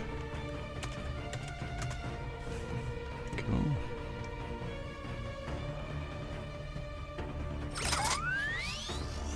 Demetrius. Demetrius is going to walk forward past the van, seeing the windows turn a tilt of red as boils blood and intestines get spilled all over it. He slams down his staff as his eyes begin to spark with golden lightning as he puts both hands forwards as he smites the infested thing as a four successes. Is that hit? Oh yeah. Yep. So as his hands begin to shine with golden lightning, as he just zaps into the thing, trying to burn off its flesh and burn it into ashes. The thing in the car? Infested human. Wait, is it straight in the car or is it by the door? Because I'm gonna move more. It's in the van, sort of. Let me move over between. here. Can I shoot it from there? Oh yeah. The door is Alright. wide open. You see its butt sticking up in there. It's still shaking Boyle's body up and down. You see his head like jolting up and down wildly every time. It's up. What was the crit thing again? I don't remember. If you get a 10 roll a on d- your first one, that's a Righteous Fury, you roll a d5 for a critical effect.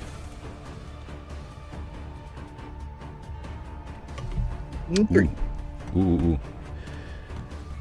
Weapon type? Energy. It's psychic barrage bomb. Energy. To the...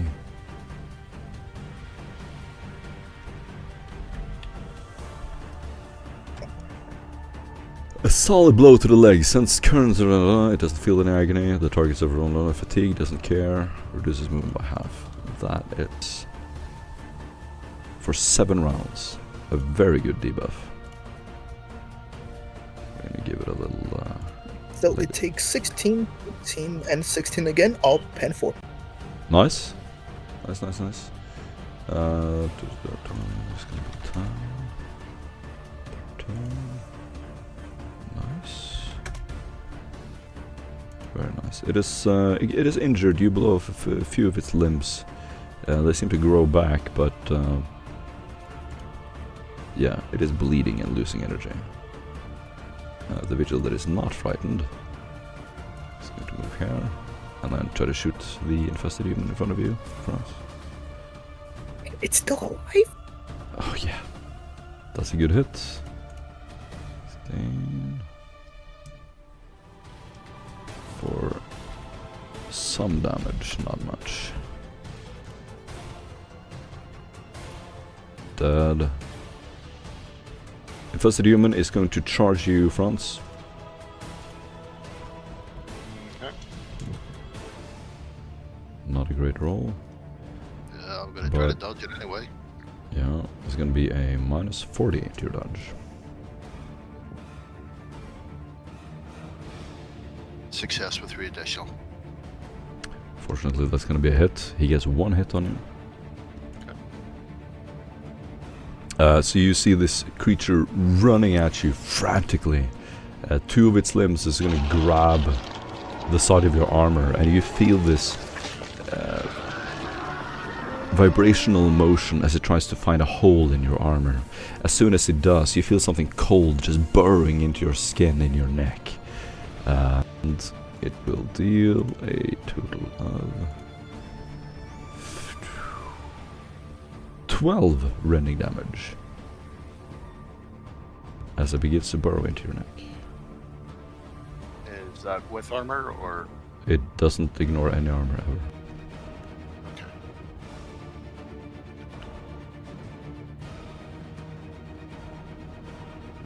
And then 18 rending damage.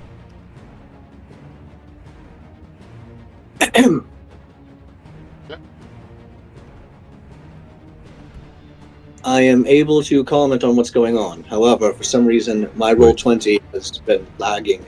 Wait, no, Unbelievable. it was just one attack. Scratch the last attack. Right, Franz. okay. Sorry, my bad, my bad. Okay. Yep. Vigil is going to try to snap out of it. Does not snap out of it. He is terrified. Mutant is dead. Llewellyn is going to follow your orders and is going to come sprinting. And she is going to use her special power to reload. No, actually, she's going to drop the plasma weapon and she's going to pull out her chemical flamer. And yeah, that's about it.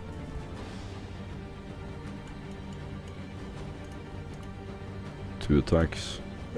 Let's see if they can snap out of it. Yep.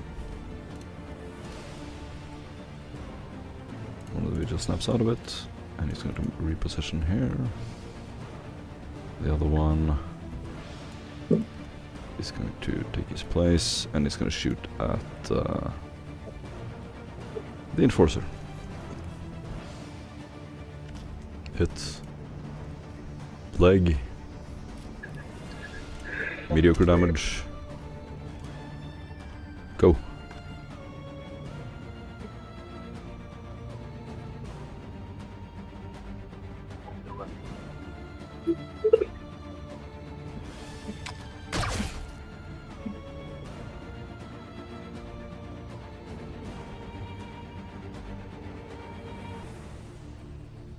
Okay, well, I'll take my turn. We're since gonna I'm skip well. that, and then it's your turn, Franz. Okay, so Franz is going to feel the hit on his neck and instinctively pull his bolt pistol, jam it right against the chest of the beast, and pull down the trigger. So the 2 rounds go into it, so it's a hit with 8 additional success for a damage of 13 pen 4, 6 pen 4. And after the 2 rounds go off, he's going to drop the bolt pistol and pull out the power sword. Beautiful description. You get an inspiration point. The creature's the side of its head explodes, and you see this just blood and goo running out of the side, kind of viscous and heavy. You then aim it at a limb, and one of its arms falls off. It quickly begins to regrow. Hector is going to walk forward again, pulling out his weapon. Get away from that damn thing! Franz! He is going to fire his weapon, and it jams. Holy shit. I rolled 100 on both of these other acolytes. As he fires, you will see some smoke coming out of his gun. And go. Your turn.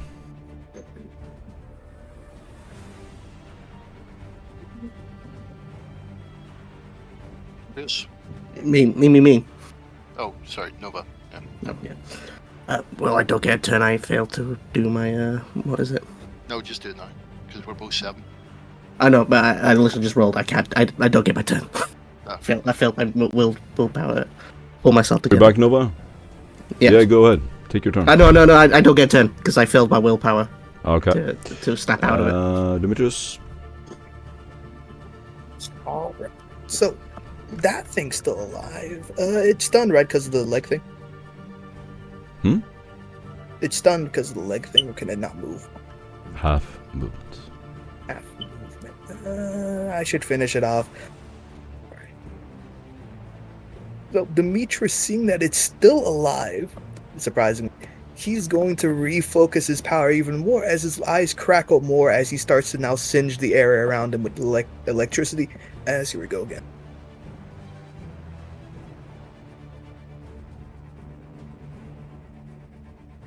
Two successes.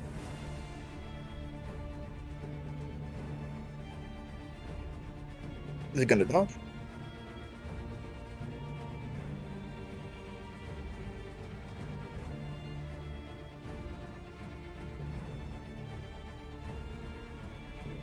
Morton? Yeah, what's up? 2 additional successes? Mutant dodge? Dudrino? No, the mutant. Yeah. That's... I need to check his stats, I don't remember. Oh yeah, his willpower sucks. He fails. No, it's not willpower, you can dodge if you want. I can dodge. Yeah. I can dodge. This is a thing where you can dodge if you want. It's just... Dodge sucks too. Failure. Alright. Yeah.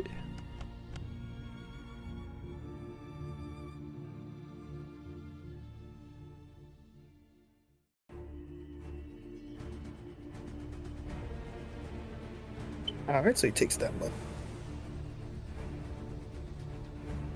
11, Alright, so 14. he takes 11 and 14, pen 4 for both.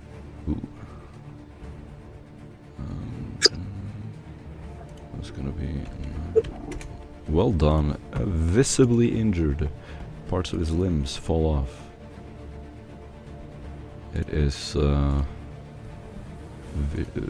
definitely injured. Then we're gonna get some vigil running into the scene. Fearlessly. Forewarning, so plus 12 to any evasions. The creature is going to let go of Boyle, roll out of the van, and begin to attack you. Going to precog again. That's going to be 7 degrees, or minus 70 to dodge. Minus 70? Yep. Alright, so that's going to be a minus 10.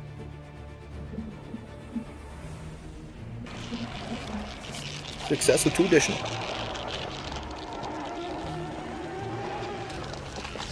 Beautiful. That is a hit, unfortunately. It still hits?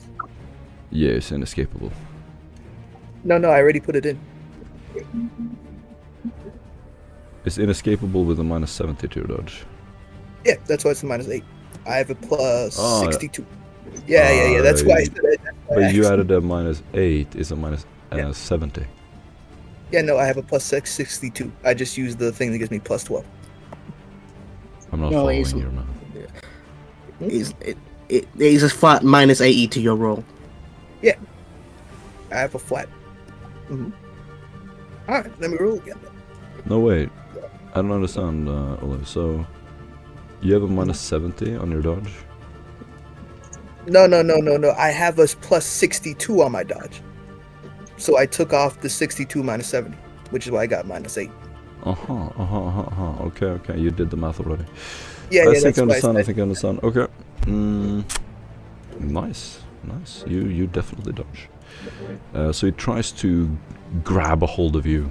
Its limbs sort of growing, unnaturally twisting. Definitely some warp-affected creature or Xenos, even worse. Grabs your armor. You pull it off. Grabs you again. You manage to get free. And we're gonna try to snap out of it. 96. Nope. It's gonna run inside.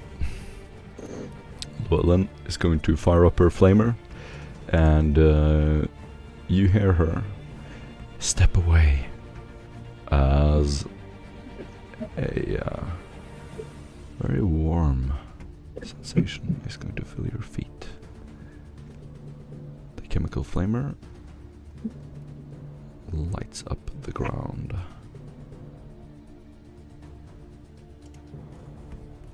Let's see how it does. No dodge for the infested human.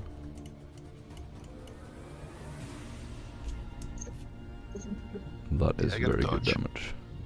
Hmm? Yeah, I gotta dodge. Yep, you sure do.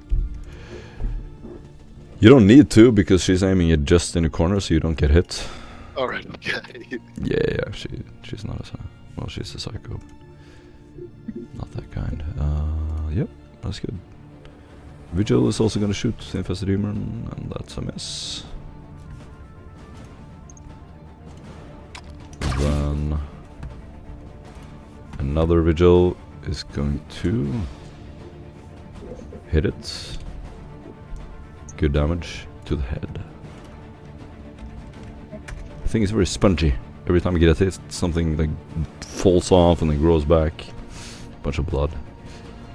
Enforcer is going to step there and shoot the Vigil. Hit. Bloodied. Nova.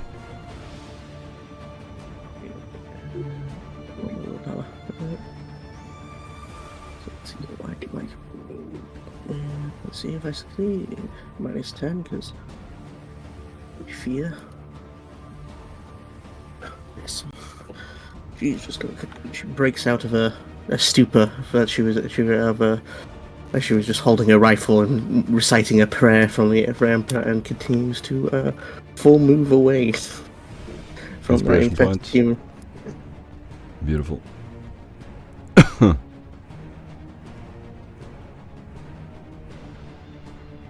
That is it. That is it. Franz. Okay, so Franz is going to snatch up the bolt pistol that he's actually dropped and back up to there, facing the infected human with his sword drawn.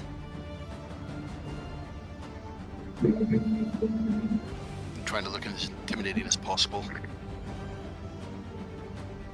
Hmm. And that's me. Nice.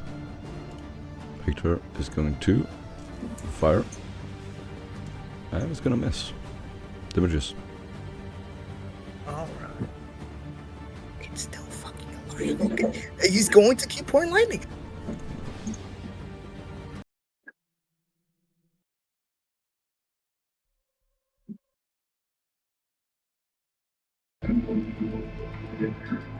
Success with 5 additional. That is not opposed. Alright.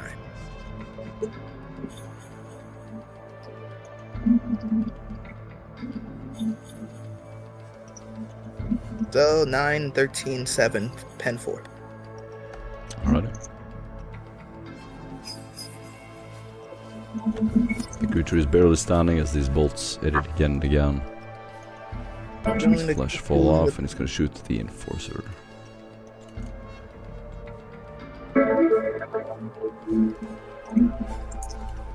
I'm going to mute you, Nick, because sounds are coming from your mic. Let me know when you're ready to play. Vigil is going to shoot the Enforcer. Beautiful hit. So, 8. Enforcer is injured. Infested human. It's gonna keep trying to grab you, Olu. Right. Gotta dodge again. Oh wait, this is a different route, right? Yeah, it's a new one. Okay. Okay. It looks like that. Same thing as before. Yep. What negatives this time?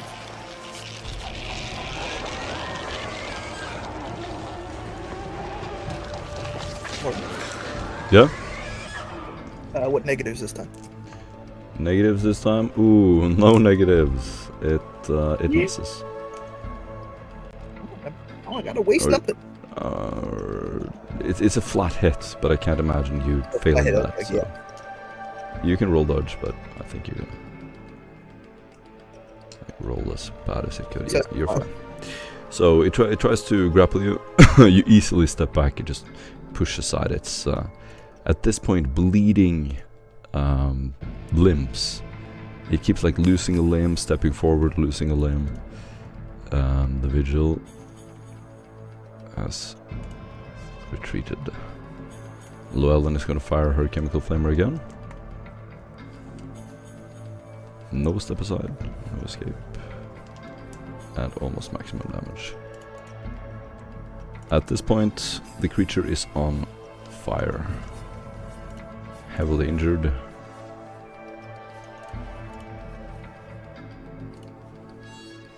And it's getting shot again. Hit. Good damage. As you see this thing get shot again and again, you note how it seems almost invulnerable. As it loses a limb, it just twists unnaturally and something grows out. It falls into a prone position, keeps going, another limb gets shot off. It turns into like a crawling position and several new limbs fall out and it begins to crawl forward on all fours.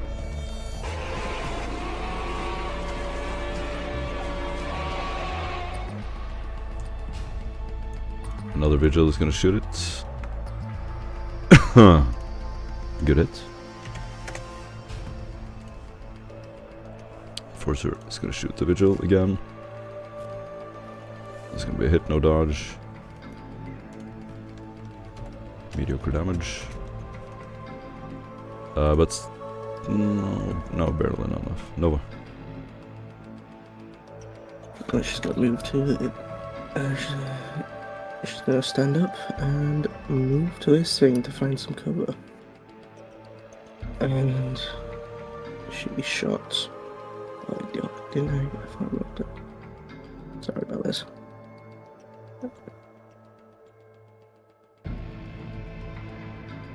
Where was it?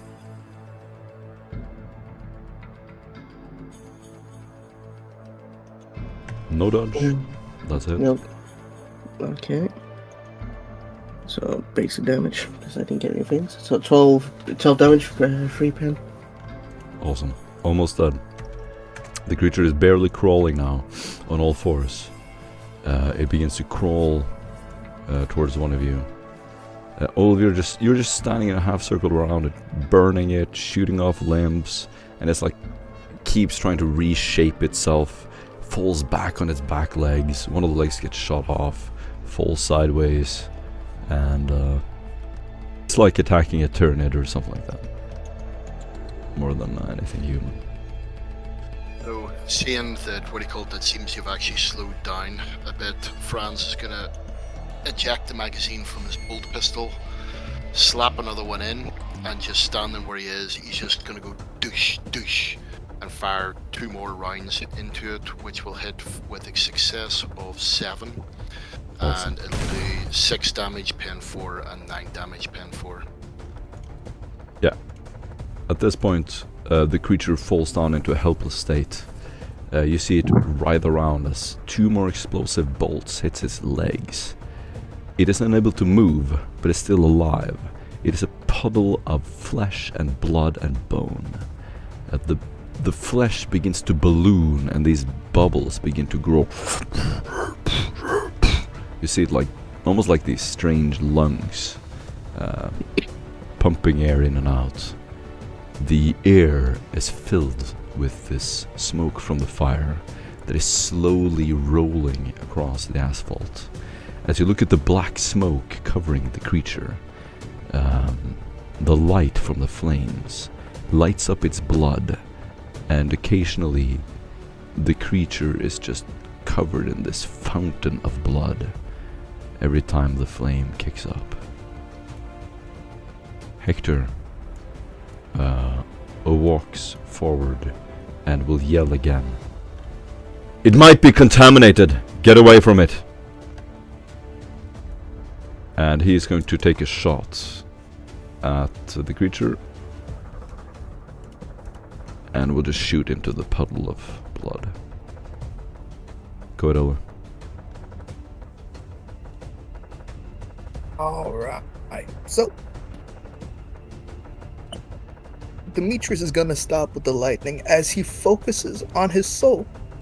As then he looks at the creature as his eyes light up golden, except not this time, not with electricity, more of a holy ore, as he places his hand on it, as he's gonna do Purge Soul.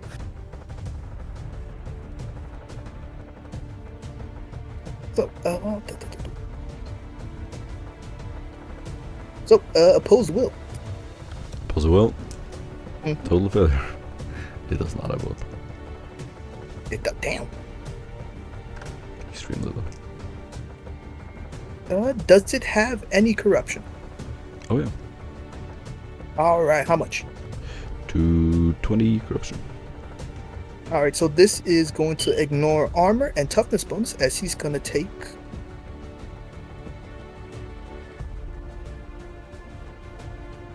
Ignoring armor and toughness? Yes. Okay. As he's going to... how much corruption again? 220. 2 degree. 20? 20. Mm-hmm. Alright, so 20, so take off 3, so he's gonna take 24. Straight. 24 damage.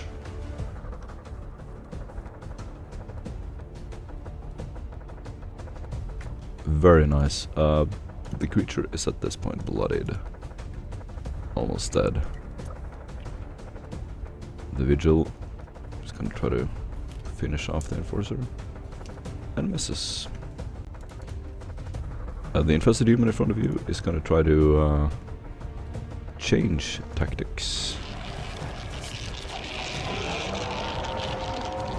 At this point, it grabs 2 of its limbs with 2 others.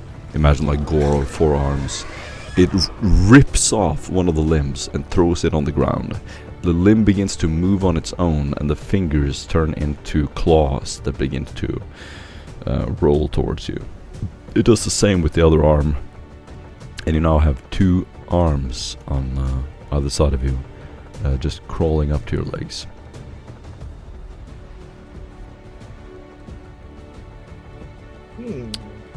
It is... They're going to attack you. First one is a miss. It's gonna try to grab your left leg. The second one is gonna try to grab your right leg.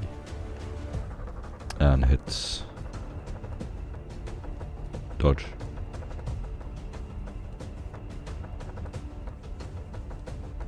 Yep. Alright, negative or no? No negative. No negative, wrong. They don't have step aside. Or escape.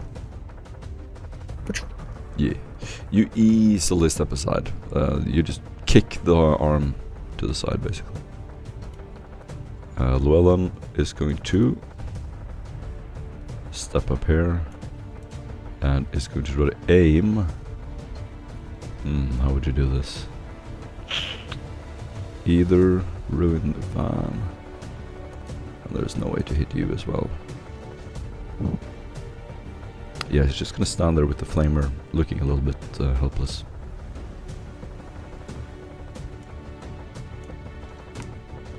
Shot at the mutant. Enforcer hit. And another one. That's gonna finish him off. Nova. Just gotta get closer to him.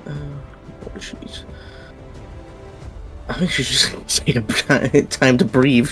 It's been intense combat. She's gonna can't try and calm herself. She's not going anywhere near that monster. So I'll just skip my turn. I'll just. Okay. Sounds good. Franz. So Franz is going to take a side step as Llewellyn goes in front of him, and is basically going to, seeing the enforcer that he was going to shoot drop down dead, he's going to turn around to the creature and fire one shot into it, skipping the bolt along the ground. Doesn't really successfully work, but it just about clips it with a success.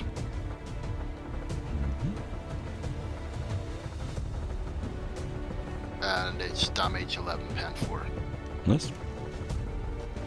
That is definitely some damage as a part of its body falls off. Hector is gonna aim and shoot at the infested human. That's a hit. Pretty good damage. Oh look. Alright. Seeing that it is still alive, he's just gonna keep pouring more holy power into it. Do it again.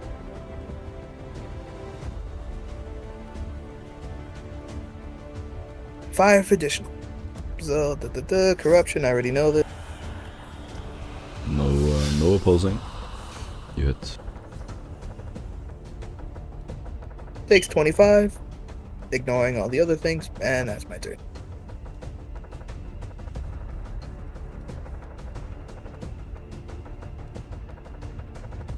Ooh, 25 ignoring everything? Yep. Toughness and armor is ignored. He has something else. Very nice.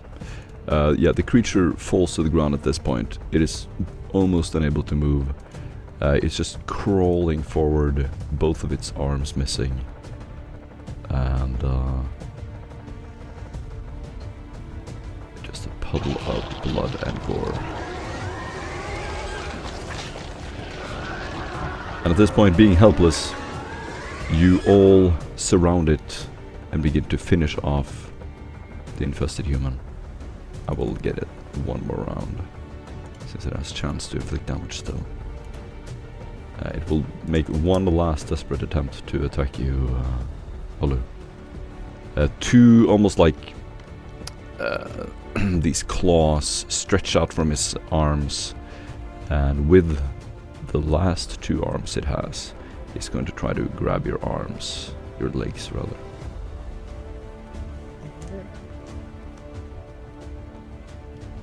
So Demetrius just kind of looks sadly down at it as he just blasts its soul again, as he just looks at.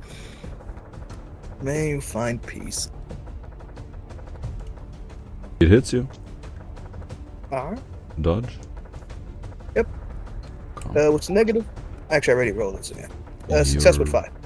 Alrighty. 5. Yeah, you dodged. No, what am I saying? No, you don't dodge it. My bad. That's gonna be, yep, your leg, your right leg. And... Maple. I taking his damage compared to see what he did to bro. Yeah, but it is very reduced. Right leg. Never mind. I'll keep the fate point. I can take that. And then another 13 rend. Also I should have listed. So 12 and 13 rending. any pen? No. No pen? Alright. So that's going to take 12 and 13.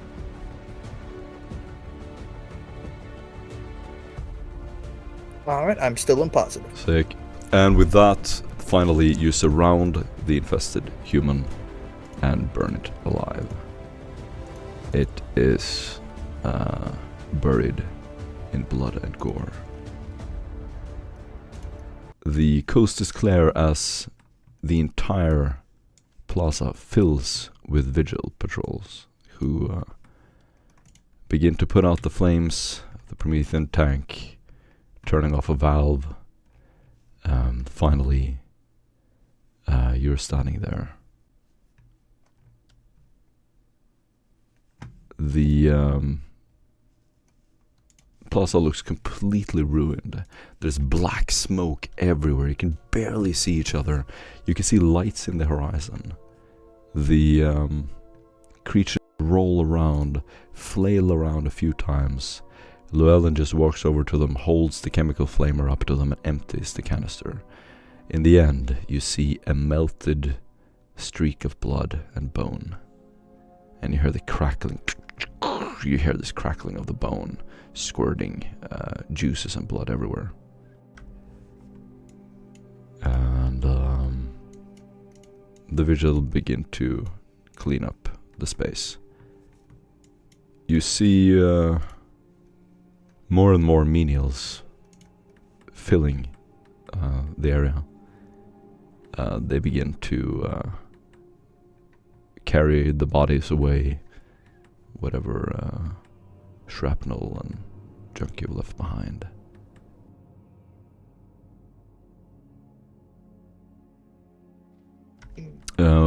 Hector and Llewellyn are going to run over to you. Hector runs over to you, Olu. Demetrius. Demetrius, are you alright? What happened? What is that thing? I do not know. All I know is that its soul was corrupted, so it's warp affiliated somehow. He's breathing heavily still. Can you sense its soul?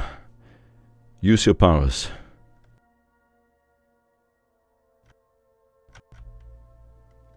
Or perhaps it's already dead. He leans down near the puddle.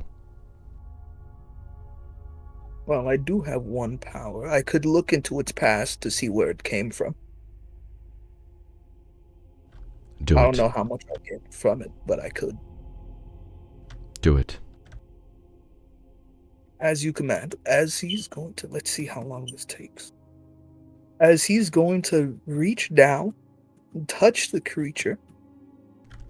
Llewellyn runs over to you, Nova, and down and begins applying first aid. She drops a first aid kit on the asphalt. A bunch of bandages and syringes fall out as she's just... Nova's just left against the wheel, just like... Yeah, I can imagine as you're like breathing heavily, just sliding down the side of the wall, all bloodied up. She's immediately going to open up your armor. It's both my legs. Yeah. She's going to like try to put pressure on them to stop the bleeding, and there's like a flood of blood just pouring out as soon as she rips open the armor. She begins applying pressure to them, tying this bandage super hard around one of your thighs, which is completely cut open. Plasma and bolt of fire. I know it was an Xenos weapon, wasn't it? Franz is going to go over to this high-born citizen who sat and watched the whole thing. He's going to grab him by the scruff and drag him back to the van and basically say, pull out his body now. Do a command test.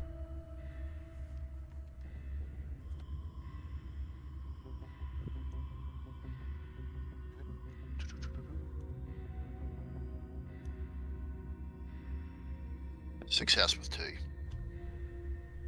As you pull him out of the van, hiding in his seat, he's catatonic, completely out of it.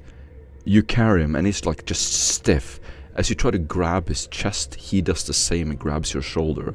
He's looking at you, just gasping for air.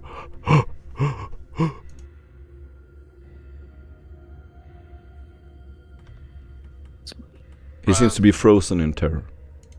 Franz, looking at him, is just gonna shake his head, look at one of the vigils, throw it towards him, and say, "Take this thing away for questioning." And then he's gonna reach in, pull Boyle's body out, walk over to Llewellyn, look her in the eyes, and pick up her flamer and turn it towards Boyle. And basically burn his body. Llewellyn will look at you as you grab the chemical flamer. Why? He could be tainted. No. Let me do it. Nova, step aside. Roll to the other car. Oh no, wait, his body's over there. I'll say She will she'll grab both of your shoulder holsters and aid you sideways, leaning you up against the front of the car, front bumper. She immediately pulls the flamer from her shoulder holster and or strap rather, fixes it to her right arm, and you all see the car and Boyle lit up in flames.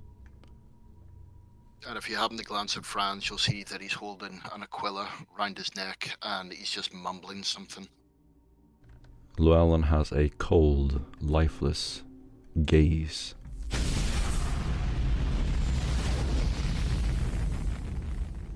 Boyle's body is burnt to a crisp. Just a black, charred shape of a human up against the car. Llewellyn finally releases the trigger. A pretty heavy smoke of that smells of oil fills the air. Llewellyn's gonna put out the flamer and put it back on her shoulder. She looks at you, Franz. And he'll give her a nod in appreciation and thanks. What about his remains? Does anyone know where he came from, or? Yes, we have his journal. Well, the Inquisitor light. And with that, he'll actually sort of stop and say, "We'll return them, if possible." She nods. She will crawl into the van and pick out a brown kind of military carpet, and she will begin to drape Boyle's body. And with that, Franz will turn around to walk towards Hector, and the last thing he'll actually hear is him saying that everyone deserves to be buried at home. Llewellyn just stands there and looks at Boyle's body. It's unclear whether she's praying or what she's doing.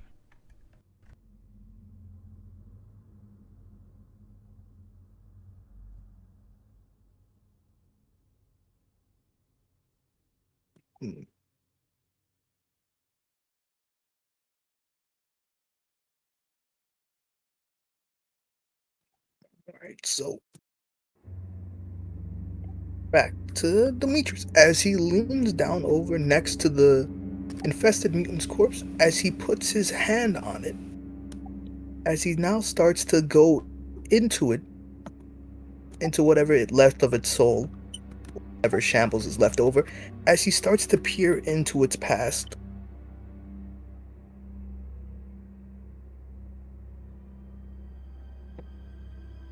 Success with 4 additional.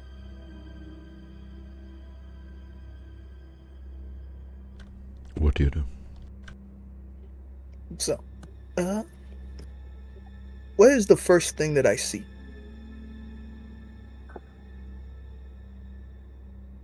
Its mind is gone. Whatever brains it had. So. Oh no, this isn't for its brain. How did you kill this creature? Purge its soul. How did you kill it? What was the killing move? Oh, I didn't kill it. You just said people walked over and shot them. Oh yeah, that's true. I never Yeah, killed you it. surround it and kill it. Okay, let's say most likely Llewellyn probably wouldn't burn it with the chemical flamer because you were standing there. So... It's Okay. up to you how much I could see, because I'm not really sure Alright. how to use this one. No, that's fair enough, fair enough. I'm gonna say it got shot. You try to look into its mind, right? I touched the creature and I can see anything it's seen in the last 6 days. I can see about 6 seconds, so it's a speed run. You're trying to read its mind. I don't know. It says subject's future. It doesn't say anything about mine. It's up to you. Future or past? Up to me. And I'm using it from the past. Understand. I don't know how this power works. Damn. Okay, Demetrius. As you lean down and you smell the burnt oil, the burnt promethium, and you touch this bubbly flesh, you close your eyes. For a brief moment, you sense something impersonal and decentralized. It's not one mind. Do a Sinitians test. You get a +10.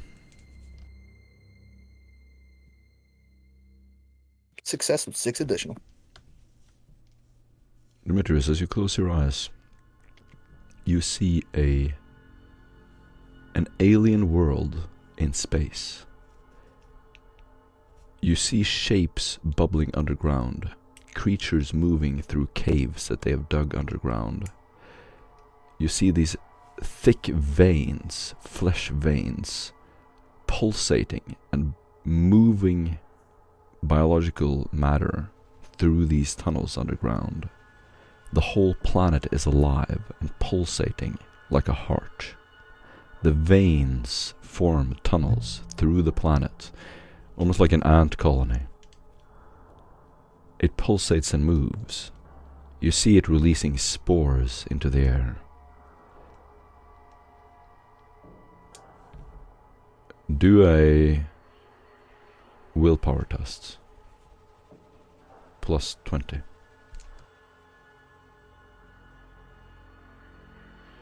Success with 1 additional. You see... Okay, now finally do a... do a lore test for legend. Legend. Is it forbidden or scholastic? Scholastic. Right. Oh, I already have it. Yeah. Nice.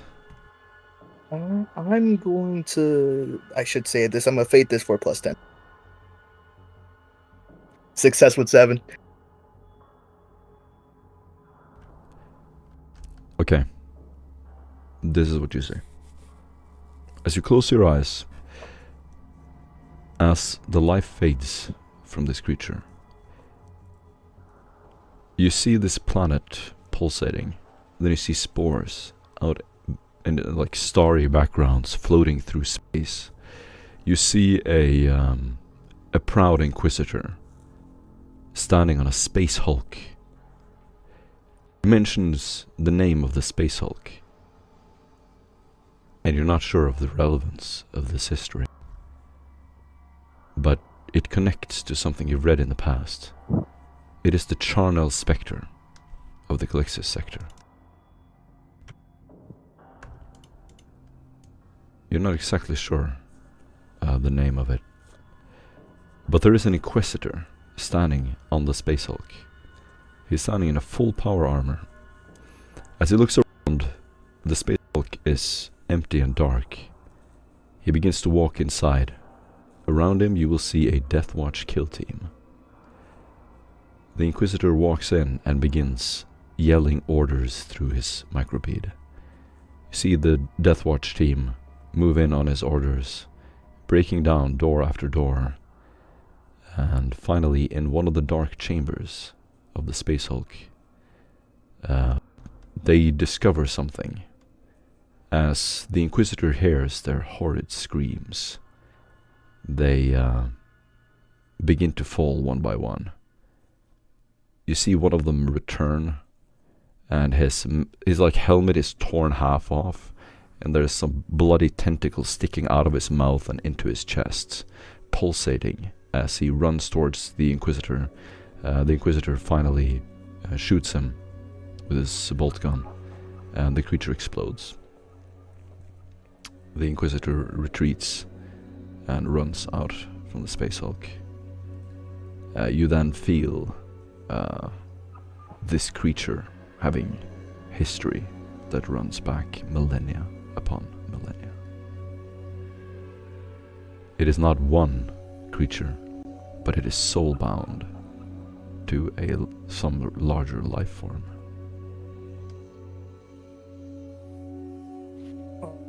Be fucking damned. Now, can I roll a knowledge warp to try and figure out what it's soulbound to, or is it not anything I would ever know about?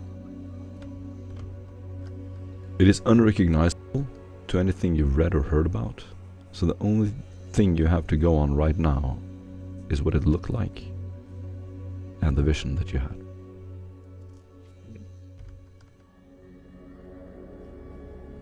The vision that you had, you can do a logic test with a +10.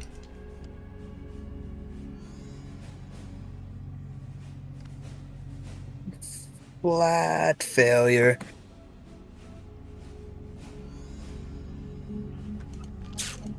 You're unable to piece together anything beyond that.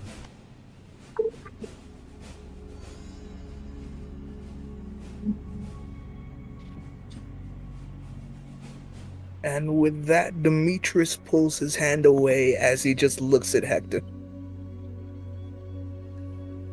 This, whatever this is older than I thought it was. I assume you tell Hector about it. Oh yeah, I tell him everything.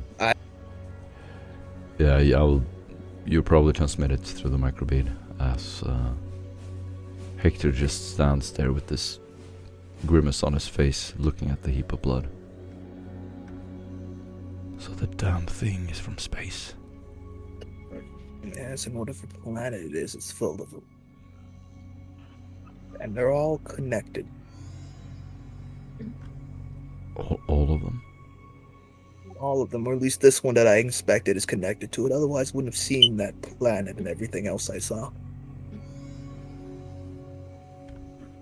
Hector will take out a vial or a forensic bag and will take a piece of his flesh and put it inside.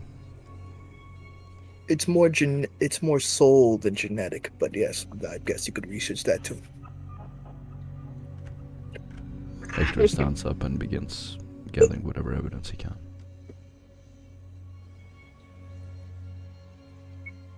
With that, Demetrius walks over and looks at the now covered body of Boyle. Llewellyn will sort of just look in your direction and look back down at Boyle, and then finally walk away, returning to the first aid on Nova. As she's walking away, Franz will go on the microbead and go, "Investigator, hopefully you've had more luck than us. We are outside the precinct. You might want to come down." Understood. At the moment, I'll be charging down soon. I don't seem to be too far from you. However, I do have some good news, perhaps. It seems, whatever may have happened with this, apparently, event here, when I managed to speak to some of the heads of it, they seem to have definitely bought the ID, and they even seem to have, from the conversation, believed that it was different intruders than our transfers. to have apparently caused such a ruckus. We have some different information I can go over soon, and we might be able to actually turn a corner, hopefully, with this. However, despite doing that, and it may involve some scavenging, try to tell Boyle not to get too excited. Still might have to keep his mouth shut for a little while. We'll talk whenever you get here.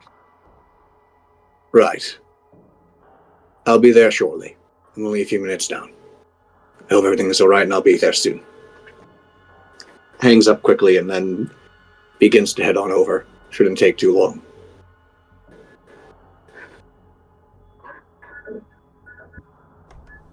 Hector and Llewellyn, also dressed in Vigilite armor, are just gathering evidence, providing first aid. How much first aid has she provided?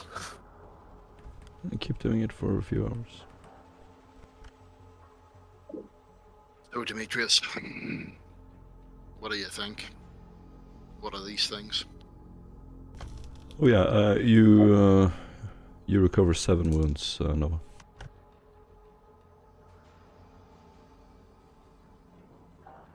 Well, I'm not sure what to think. Speculate.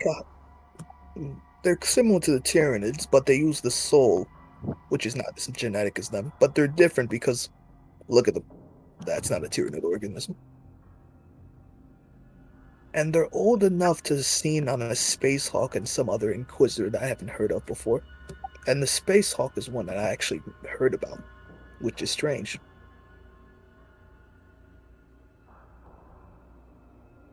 I don't know why they're on this planet, but if there's multiple of them, that means this hive, whatever this one is spreading. I don't know what its plans for this planet is, or if it's working with somebody here, but all I know is it's related to the soul and it's corrupted. And it's old. That's all I got on this. There's not much speculation I can make about this. It doesn't seem to be directly related to chaos, so it might be a different warp entity, but that's just what I know from what I saw, which wasn't really that much. Oh, another warp entity. They always appear when you least want them to. So, it's biological and spiritually Correct. corrupting these people. Well, Yeah. as there's 15 billion people in this planet, that would give you a right leg up. I don't think it's infected that many people on this planet, or at least judging by the people that attacked us, only 2 of them transformed. Right. Wonder what these other Xenos have to do with it.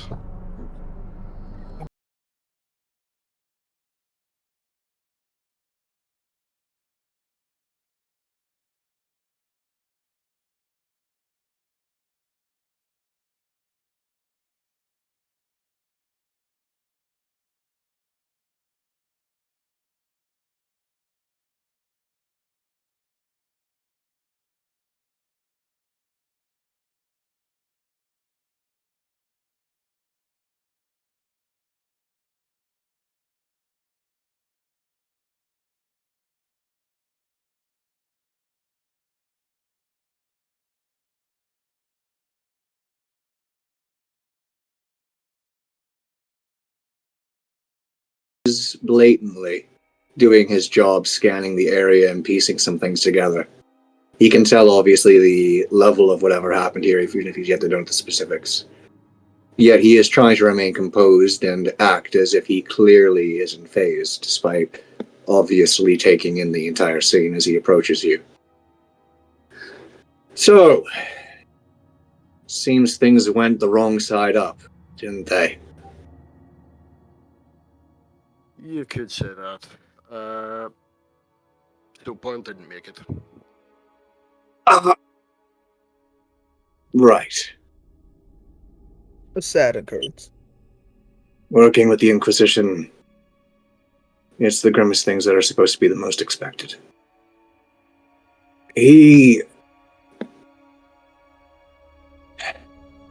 he did his odd jobs really well. He will be remembered, at bare minimum. And for a moment, while you can tell he's being somber and serious about it ultimately, it is probably mainly the Commissar and, again, particularly Llewellyn, who notices when he got the news for just a moment, but explicitly enough to you, equivalent to basically a freeze frame shot.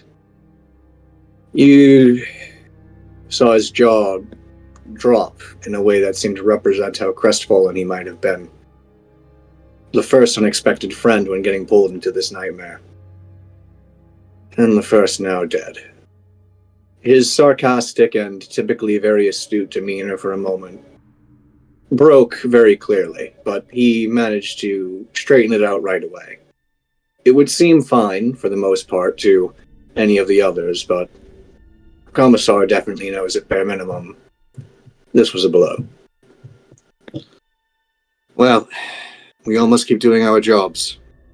After all, stakes are too high for us not to.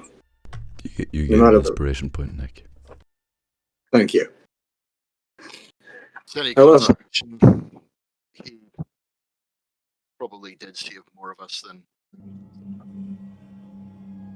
Well, Yeah. he see more of us than anyone else.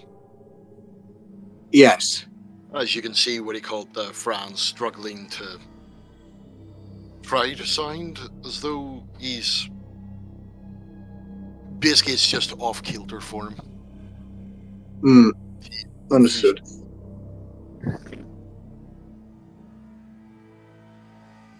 And with that moment of awkwardness, he's going to actually see that there's others approaching from the side and will look past. Will look past the investigator, and then you can actually see his chest fall ever so slightly whenever he glances at the person on the right-hand side. You will all see the Inquisitor himself walk down the stairs. He doesn't even glance in your direction. He walks over to the first vigil he sees, and he begins interrogating him. The vigil turns around, and you can audibly hear him several times saying, "Yes, Inquisitor. Yes. Yes." And he is just receiving orders, basically.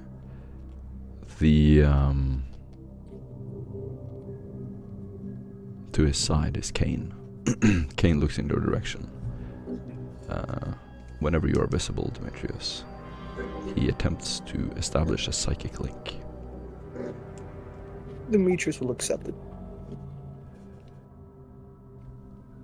You will hear Kane's voice through your training being drilled into your head.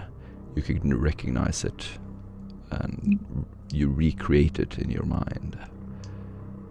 His voice echoes through your mind without even looking at you.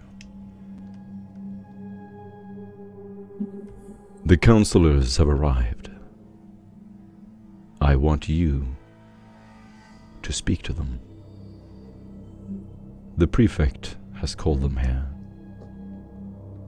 They are too powerful for the vigil to arrest. While I speak to them, am I allowed to use of looking at their mind? Not probing, because that's too obvious, but you understand what I mean. You are allowed to do what you deem wise.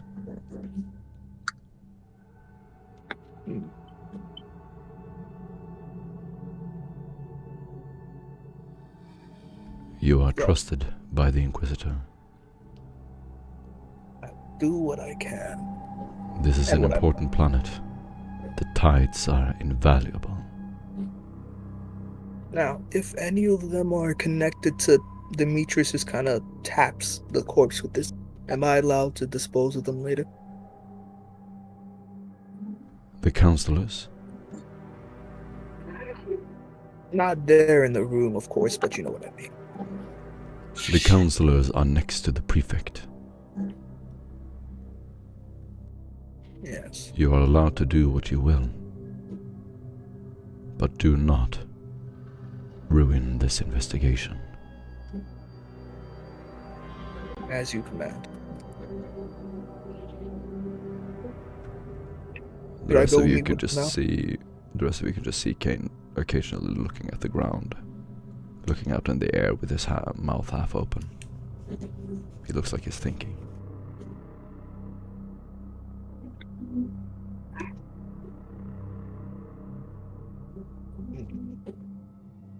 With that, Dimitri's gonna walk over to Nova, tap her on the shoulder, do the same to Franz, as he just kind of hurries them behind the vehicle.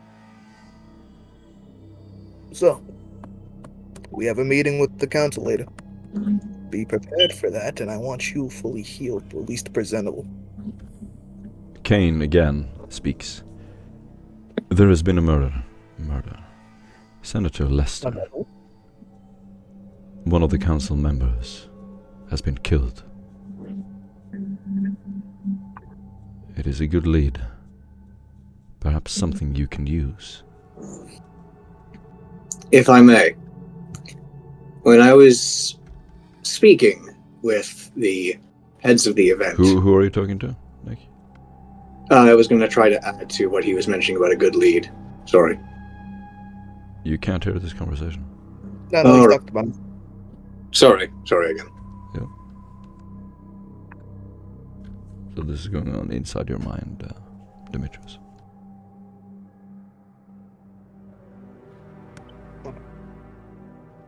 So, another murder counselor.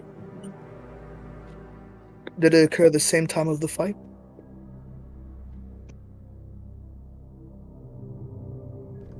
No. It happened a few days ago. That is why they have been called here by the prefect. The Inquisitor was allowed to lead the investigation, but we are choosing to stay hands off for now. Only you will be given access.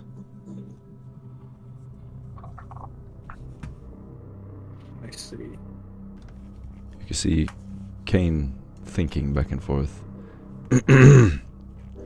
looking back to you. You can choose to withhold one of the counselors for further questioning. Any more and we would be under suspicion. These men are powerful beyond our imagination. They could move the entire sector to destroy our whole operation. But they hate each other.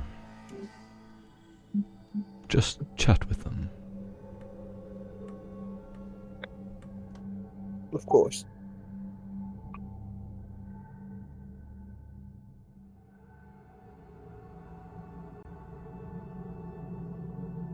Is that all, my lord?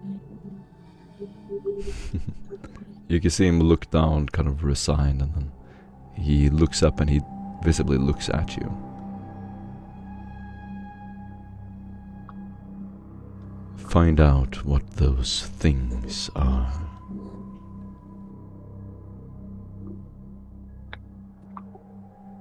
That'll be my second priority to have to meet in the council. After all, if they've infected any more people on this planet, it means it's at risk. And find out how they knew you were coming. That, I think I already have a lead on. Oh? Correct. I saw them earlier before the attack, and I warned my team about it. And I'm pretty sure I can track down the other person I saw. If he's still alive, because they didn't come back here. How did they know you were coming? I do not know. That is why I have to track down the other informant and reach deeper into his mind until I know. But as we were coming in, I did see them do hand signs, and I saw the two vans. One of them ran off to a different corner, the other one went to the left, and I chased that one down. The Inquisitor and Kane turn around and walk back through the doors.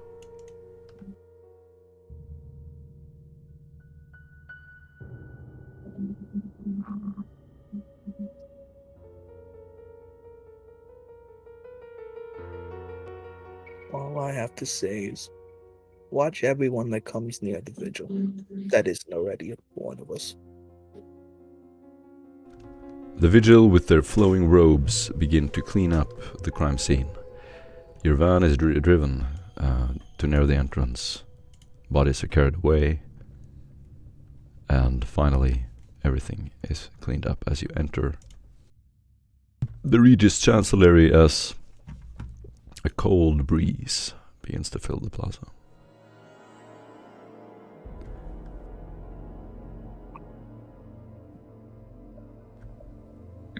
And as we're walking in, what do you call Franz is going to turn around to the investigator and say,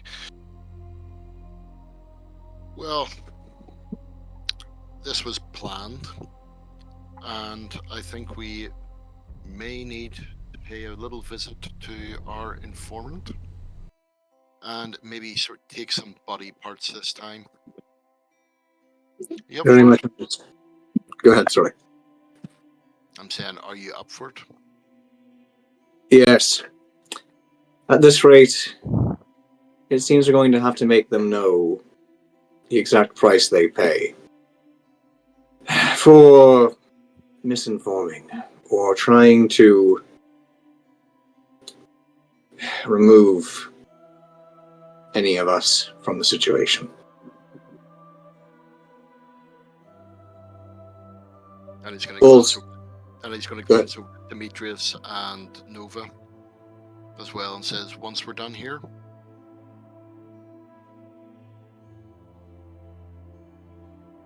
Mm-hmm.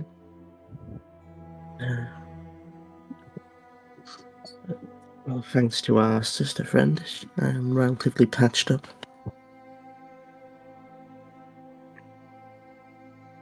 So, I'm good to Demetrius, go now.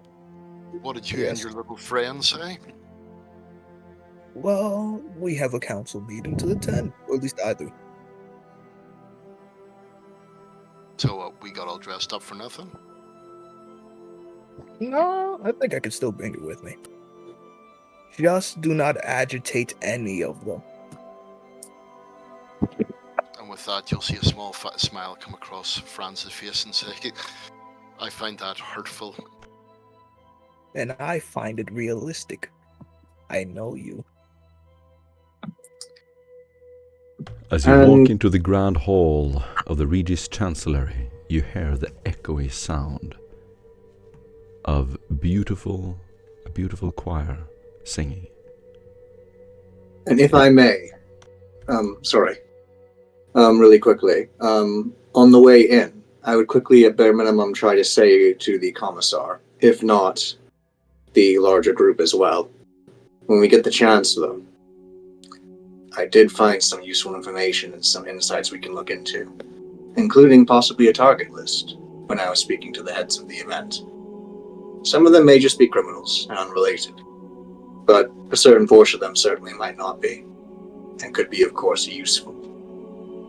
With a bit of a spark in his eye, looking at the commissar, to us. Then begins to look forward, straighten himself out again, and tries to seem a bit more serious.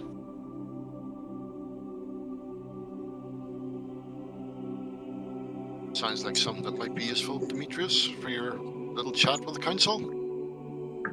Maybe a bit of Correct. leverage. I don't think that'd make it enough leverage, but if we use it against them, yes. Just give it to an opponent of the other one. After all, they're always at each other's throats, from what I've heard. As you step in Regis Chancellery Grand Hall, you see lights flickering in every crevice and corner. It is a gigantic Gothic, looks like a cathedral on the inside. At least the main lobby. It is built a long time ago.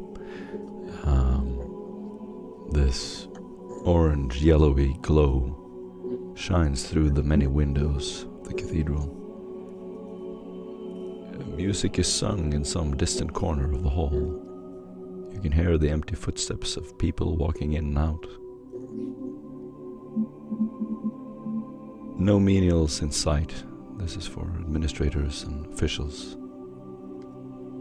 You see many important people surrounded by their menials or their retinue as they walk into the Grand Hall, and statues of saints and important people from Juno's past.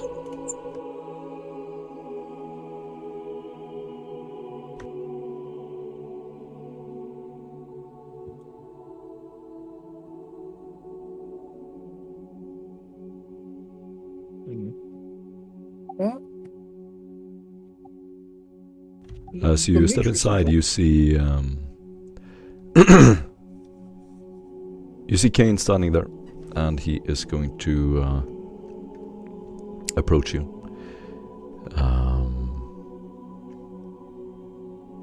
He walks up to you, Franz.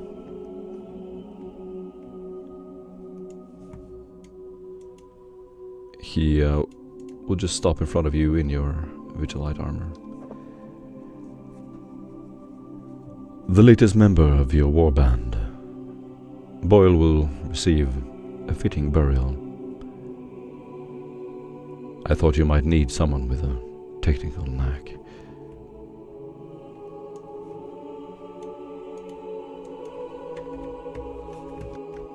And his name is... Karak. Karak Fulcrum. Karak. He points behind him. You can see a tech priest.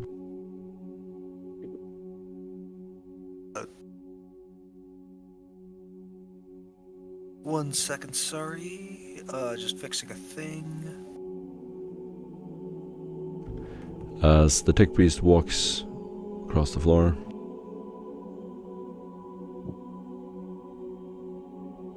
I greet you. I am Karak Fulcrum. I hail from a world far from here, far from the luxuries of the Imperium, and I have been told of your plight. Please, allow me to aid in your endeavors. What steps forward is a withered out and dried out old man. He appears to be wearing like these hides and skins with a strip of red cloth around it all, almost like vestments. He reaches out his arms to portray himself to you, and you can see out of his back are growing like jagged spikes, these mechadendrites. One is optical with like various antennae and auspex array. The other is attached to a las pistol, floating like about 5 meters from his hand and spinning softly in the air as an omniscient axe.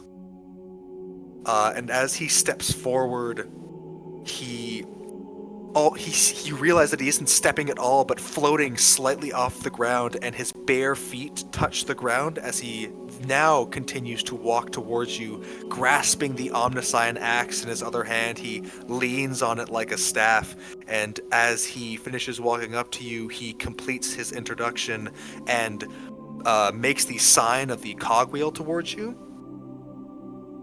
Please, what are your names? Franz will watch his approach, look at the Archconfessor, and raise an eyebrow and say, "From outside the Imperium, are we running low on candidates, or...?"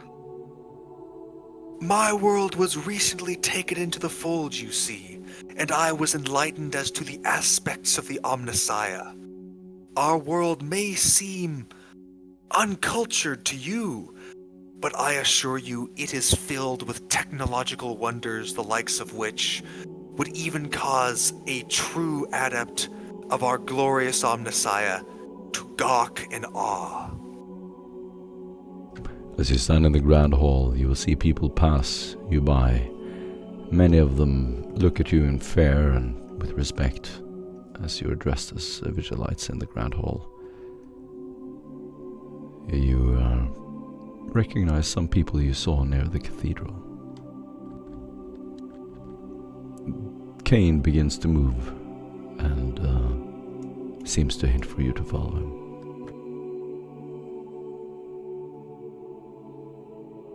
Well, Tech Priest, after you. lead the way. Of course, and please call me Fulcrum. And Fulcrum will go ahead and follow after him.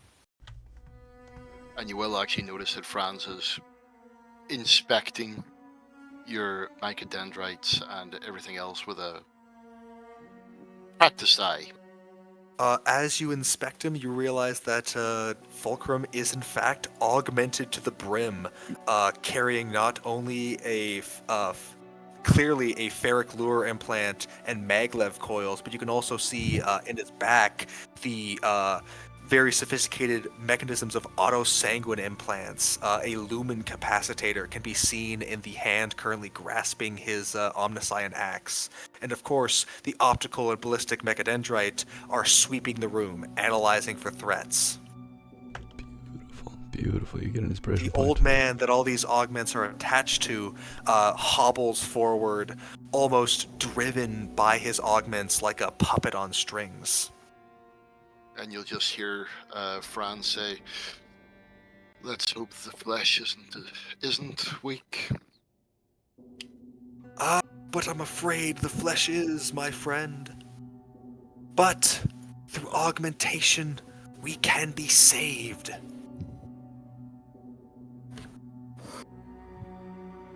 The motive force flows through me, as does it flow through us all. But only those particularly blessed may guide its divine ministration. Well, there's certainly nothing wrong with your hearing. Thank you. And Franz will just follow him.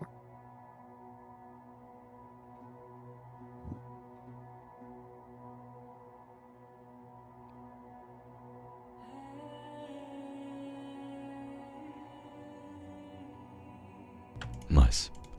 As you walk through the hall, again, people are looking at you with fear and respect. It is filled with worship officials. You begin to walk through a hallway where the air is quite thick with this hum of hundreds of cogitators and the footsteps of scribes rushing back and forth. You see elevated catwalks where rows upon rows of scribes are walking. You walk through the main hall. Kane seems to have a guide on either side, pushing menials aside. As you walk through another hall, in one wing, row upon row of clerks transcribe endless reams of proclamations, decrees, and forms. On hundreds of desks to your left, you see scribes sitting with their quills, scratching the parchment in this numbing orchestra. You, Karak, you pass by teams of Logis Techni, poring over ledgers and data slates. There are cogitators connected to each other with an impossible labyrinth that no one could ever hold in their mind. Resource allocations, shipment manifests, imperiums, tithes, all of it buried in endless rows of scrolls on the ground. You enter another open hall into a vast cathedral-like archive. Towering shelves with ancient tomes and data crystals containing the knowledge and histories of all of humanity's interstellar travel. You pass by scribes in hooded robes, holding their heads down, not looking at you with pale faces, retrieving and transcribing endless documents. Above them, you see the Lexmaster, hovering on a platform as he yells commands to the various quarters of the hall. You begin to ascend some stairs and will pass by a group of junior adepts with quills and notes in their hands, eagerly looking in your direction. Young men and women. As you push them aside and move up, you begin to move into beautiful halls covered in old art and murals, legends. You see statues and paintings of saints and important figures from Juno's past. You pass by these very important looking officios. You can see Vigilites standing in one corner investigating something. Then you begin to see more and more Old Brood. The Old Brood guards belong to the prefect. They are dressed in a gold armor, and they are known for their elite fighting abilities. The Vigilites are standing next to an opening with an Imperial Aquila above it. They seem to be dusting off something and giving evidence. It looks eerily similar to a crime scene.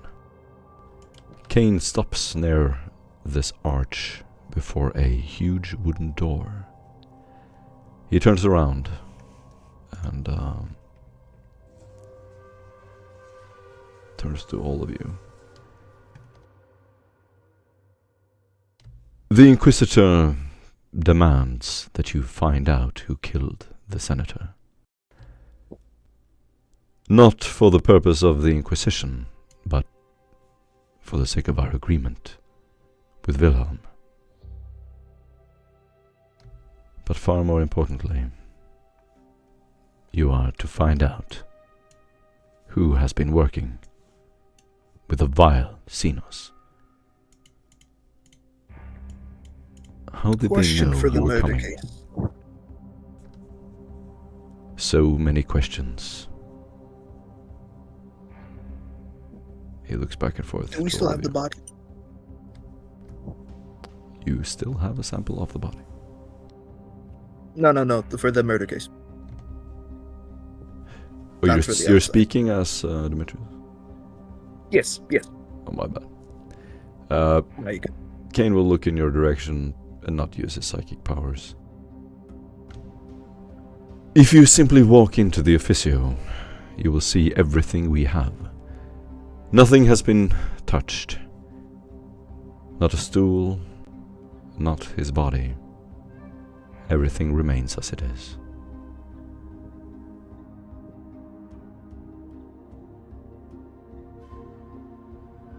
That's good. Once you are ready, I will take you to the counselors.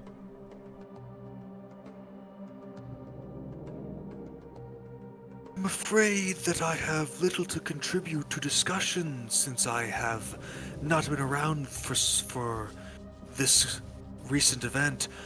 However, I will continue to monitor for unseemly figures.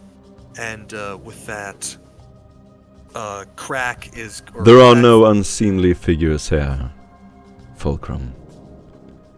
However, you could be useful in searching his data slates and his cogitator. We still have need of your services. Please, stay. Had no intention of leaving.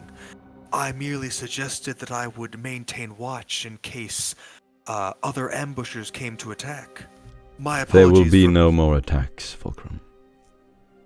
Follow the other acolytes from now on, and until I say otherwise. Is that understood? Of course. And Fulcrum He will give walks in. over to you, and with the Aquila in his hand, he will put it on your shoulder. You will get used to this line of work soon. It carries many hazards, as you know. But the glory is so worth it. He smiles and walks out to the hallway. Behind hear you, a you will slight see grunt. and sign on the door. Lester Holst.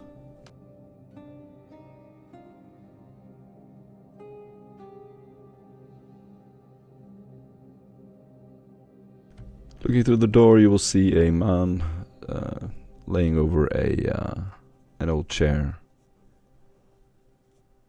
and clearly a murder that happened a while ago. An old brood guard is standing in the hallway.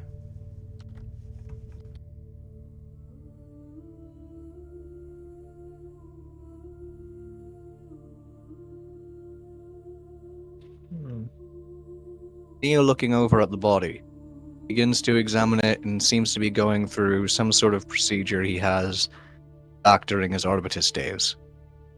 Makes a comment under his breath, within range, hopefully, of the commissar, and quickly says, "Different job, same shit.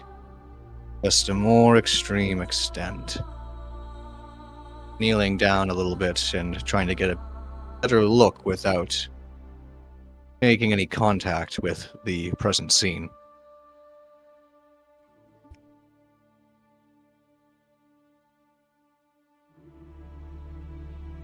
And the investigator would have actually noticed that Franz wasn't really paying attention to what he actually sort of said. He was actually looking down the hall at the arts confessor and then back to Pilgrim. And then just does it 2 or 3 times, and then takes out his notebook, writes something in it, closes it, and puts it back in his pocket. And then Neil does a little bit of it. to the room. Gotcha. The Neil does a man little on bit the of chair is half burnt. A side of his body is burnt by flames. The other part of his body is eaten to the bone. Clearly someone has ripped off pieces of flesh. The old brood guard in the hall comes through the door and stands in the hallway. He just looks at the door, closes it. I was told to answer any questions. I'm the one who found him. Were you guarding him that night, or? Yes. And where were you stationed? Outside the door.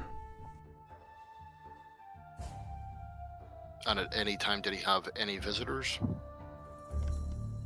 He looks at the door. I was standing outside. Suddenly I heard a noise, screaming. The door was locked. I broke through. Some creature stood over the senator, eating his flesh. I decided to use my incineration grenade, and I burned it. It ran to the window and jumped out. No one found it. Franz is gonna walk up to him and stand very close and say, at any time did you not stand outside the door? He shakes his head. No. So you're there all the time and for the entire night, and no one came in or went out? That is correct. So you were the last person to see him alive? As far as I know. If I may chime in, You had no one else working with you over the entire duration of this. You were alone? Or did you have any Correct. others with you? Right.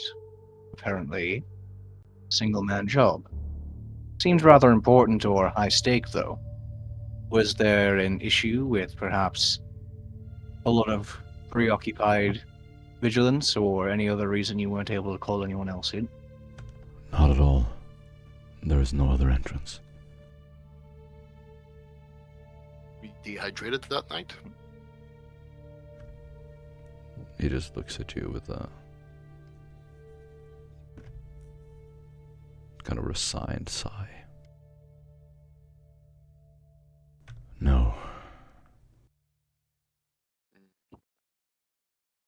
So no fluid intake, and you stood here the entire time. Is that your official statement?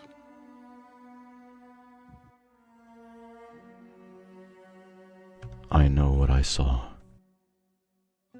That's not what I asked. And with this, he's just going to raise one eyebrow. You can see Neil quickly scribble some notes into one of his records he carries.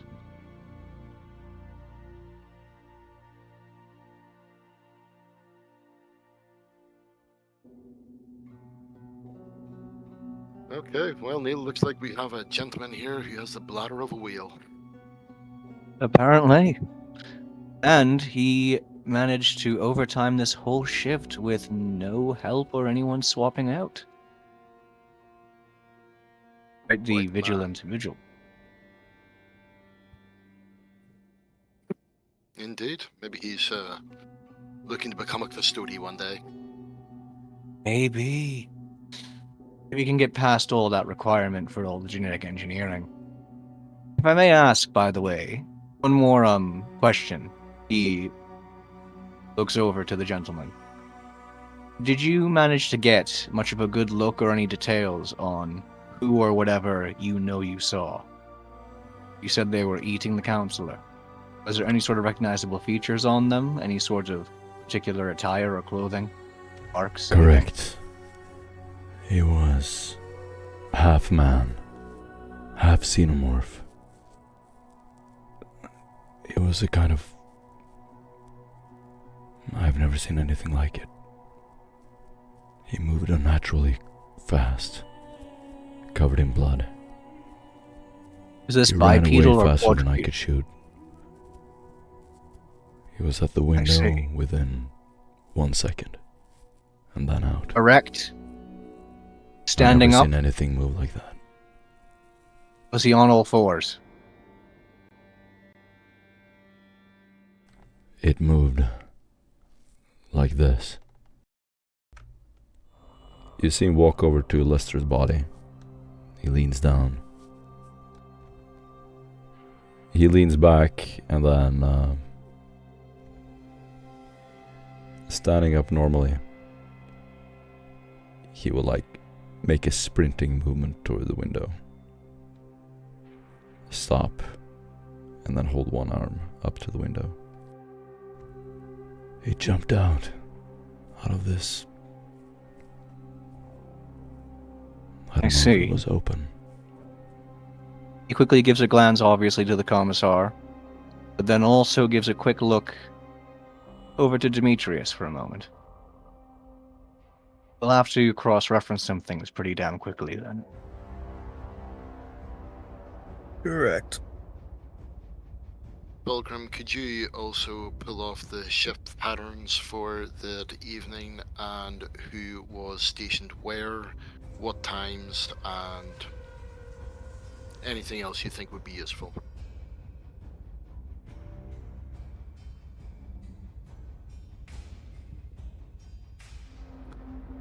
I shall pull up the records. And Fulcrum will pull out a data slate as if revealing holy texts. He Fulcrum, will connect- you will notice Lester's cogitator on a desk. He has a personal cogitator as well as a data slate. Well, while Fulcrum is accessing his data slate to get at the records they requested, he will attempt to, using his Mechanicus implants in his Mind Impulse unit, through the new sphere, he will attempt to connect the data slate to have it reveal its secrets to him while he simultaneously tells his allies what they wish to know.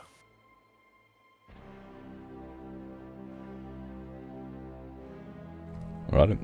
Do me a so you can see that this card's data has been accessed before.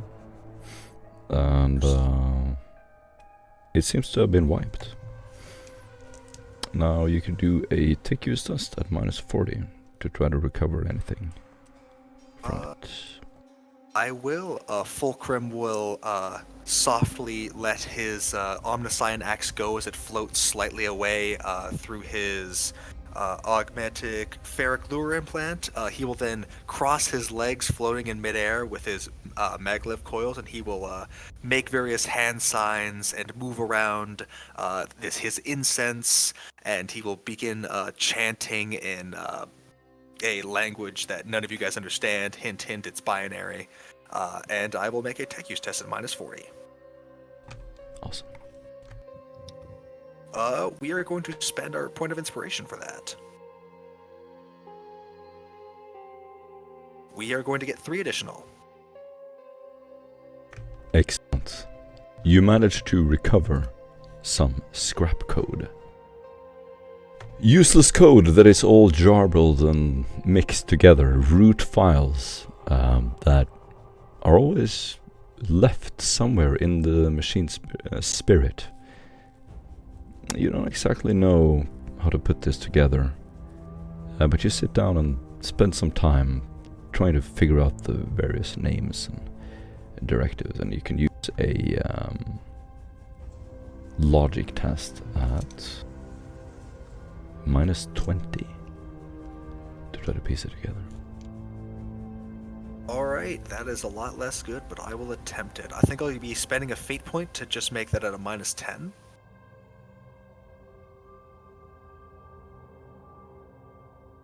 Unfortunately, no. Despite Fulcrum's best efforts, he is not as experienced with scrap code as he is with accessing the different aspects of the machine god. So he will have the scrap code, but be unable to decode it. He will likely have to bring this to someone who is much more experienced. And as he sort of hands off his data slate to his allies, he will go to the corner and begin performing his rites, moving around his incense, chanting, and will, once again place his feet on the floor and will lean on his Omniscient axe and will dejectedly admit defeat to himself, but save the scrap code into a encoded separate file on his own data slate to hopefully be able to compare his notes with another person later. You copy all of the scrap code. Onto a sealed file on my data slate so that it won't escape. No, he has been taught the dangers of scrap code, just not how to decode it. Nice.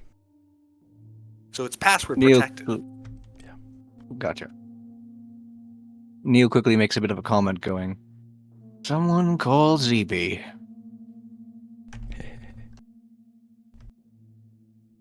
I got that. Excuse me, investigator. Yes.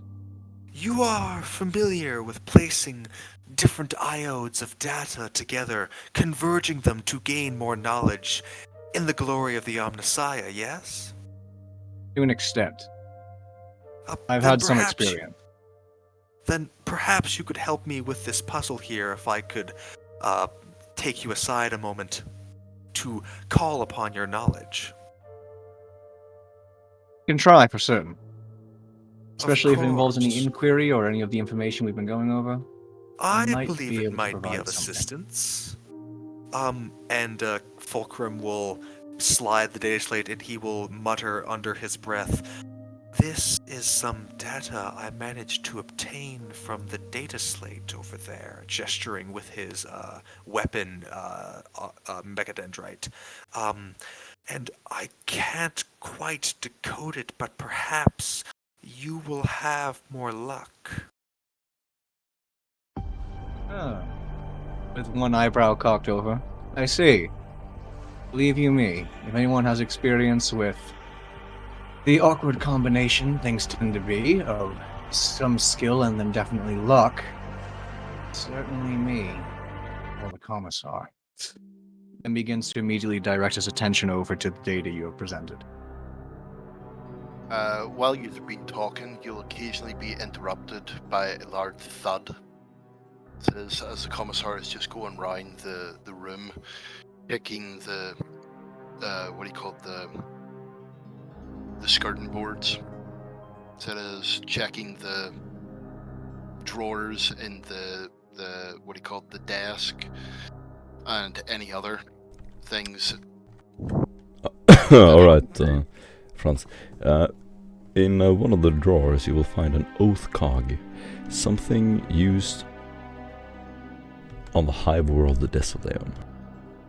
So it is carried around your neck, used to log and designate your work and your station on a planet.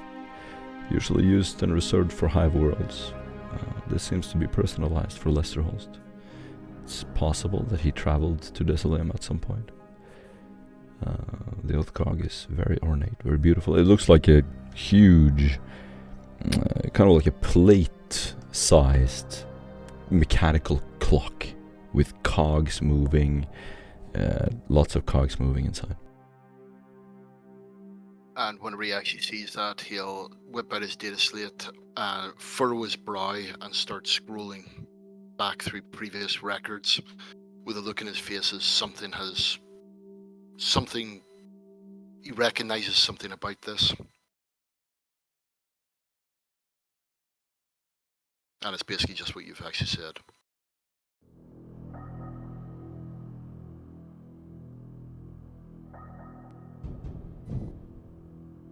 And that's me. You look through the place, and you can do a scrutiny test at -40.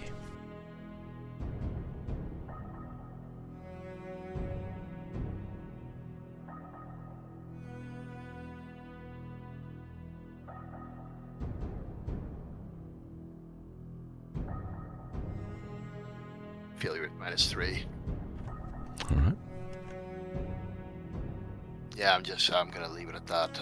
And basically just put it on the table, whistle to the other two, and point down to it as he goes about his business, looking for anything else.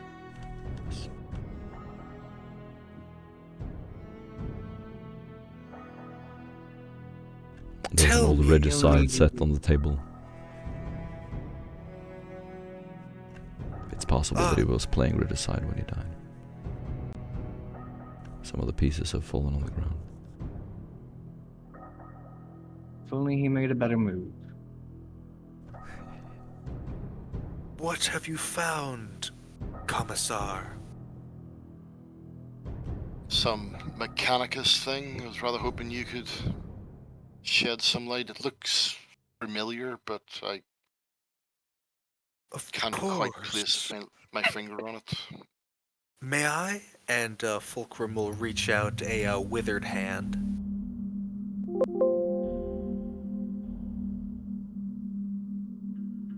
It is a cogwork device that indicates the work area and oath of servitude on a hive world.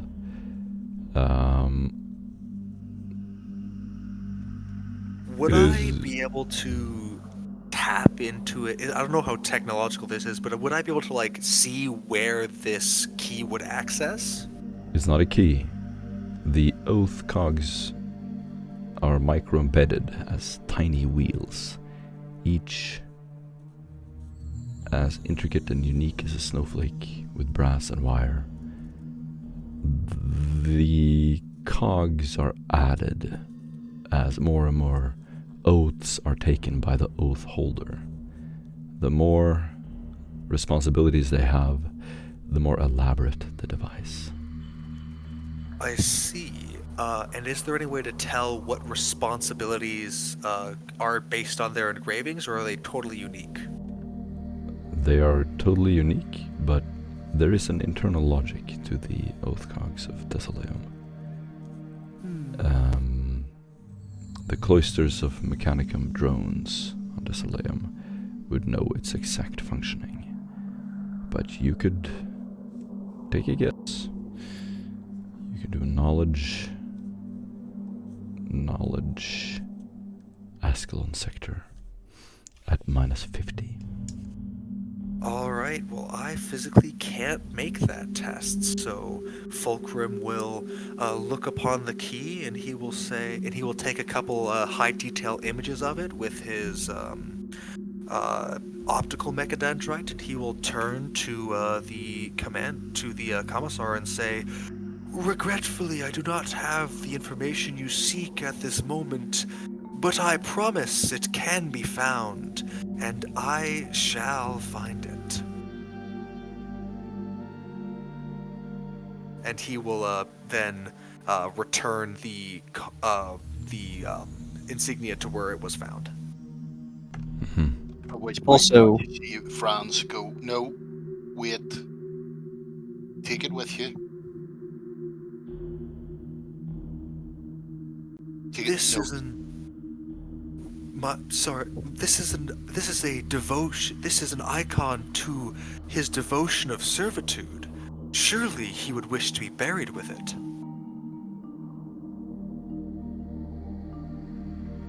probably. At which point then Franz will take it off his hands. Very well. Also, if I may, Neil begins to perk up and catch up with the others. I want to first, looking at Arak. Thank you, admittedly, for setting me on this. He goes, I admit it was tricky.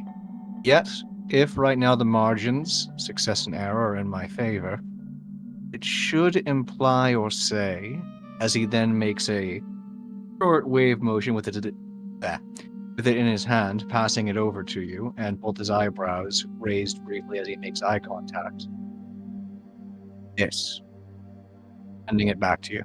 And then looking over at the commissar, and if he can ask yet another question to the witness, begins to look over with, it seems, a bit of intrigue, as if he's definitely working over, mulling over an idea in his head as he begins to propose this.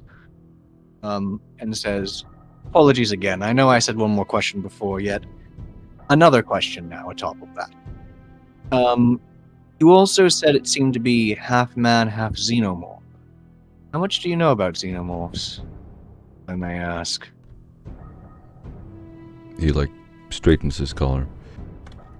We are trained in destroying any threats to the Imperium, including Xeno scum.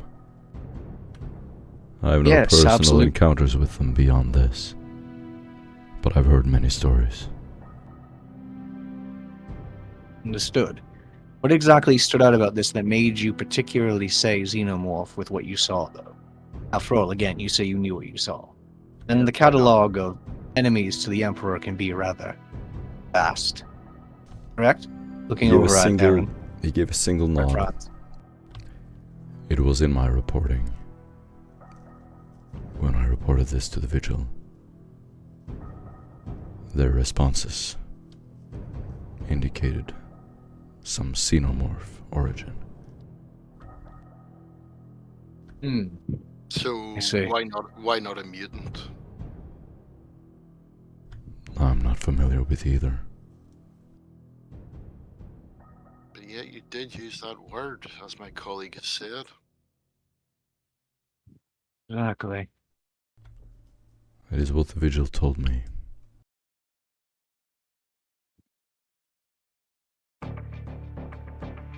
Well, by now, as you can see, we are part of and working also for the Vigil. So if the Vigil told you, and now you're telling us, well, what does that really imply for everyone here? Implies to me that he's either lying or he has been falsifying his statement. Because how would the Vigil be able to actually say what was there if he was the only one here? And if we're here to investigate that for the vigils so they can find out or know any of it in the first place.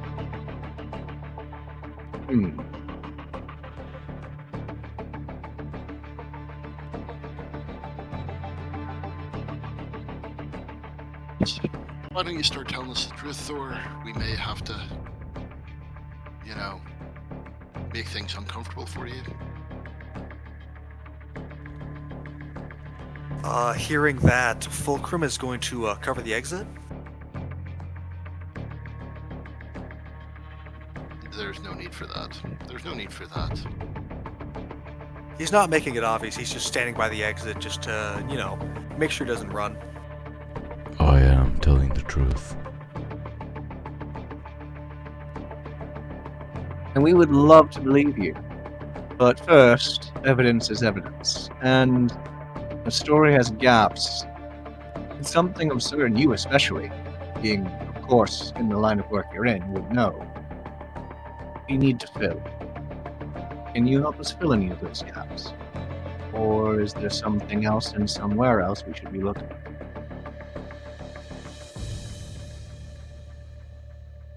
I am not a detective. I'm a soldier.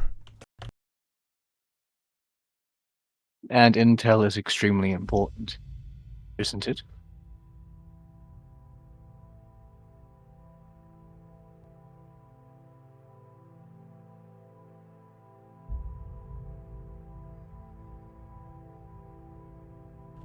He will take off his helmet and lean it under his shoulder.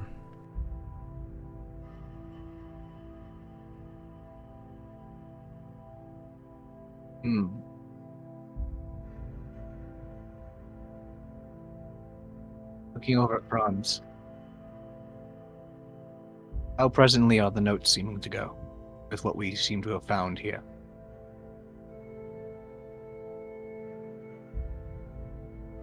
Well, not.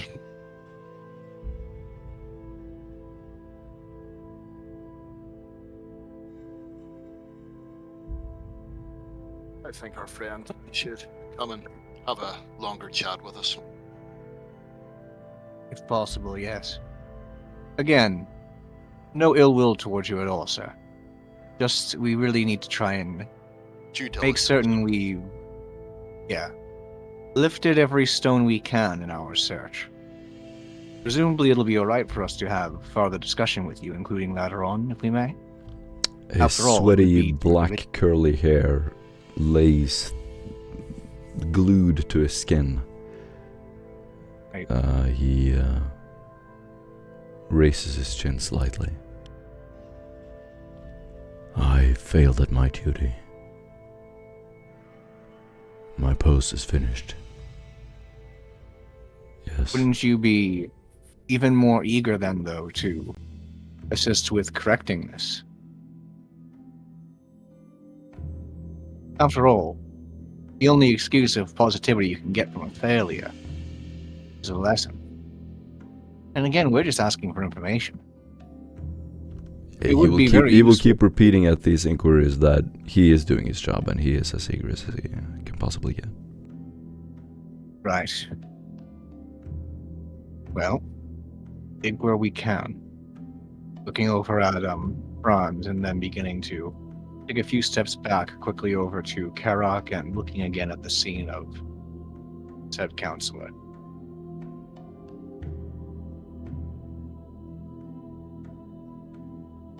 One last question before we let you go. How do you think that thing got in here? He begins looking up at the ceiling. He must have gotten in. Perhaps through the window. There's no other way in. But he would have to climb far.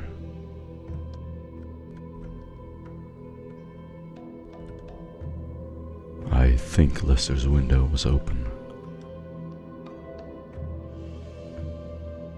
Think that you would see something coming in through his window, regardless of how fast it was.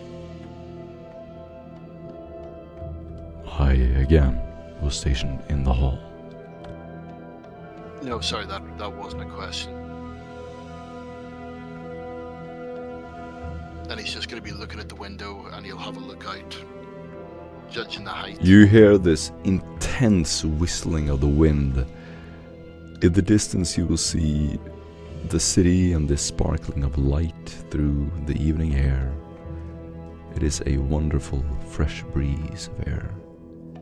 And as you look down, a dizzying height, must be 100 meters up, through arched Gothic architecture,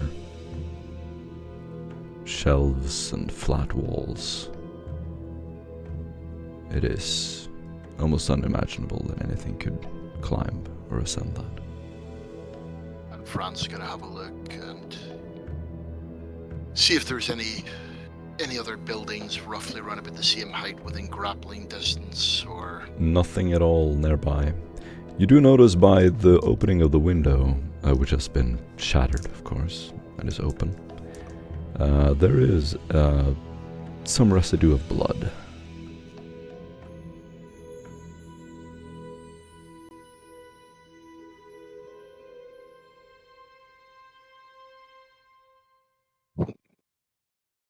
investigator might want to take a sample of this. Yep. Begins to turn around after attempting to check with Karak about what he saw on the data slate. Looks back over to Franz.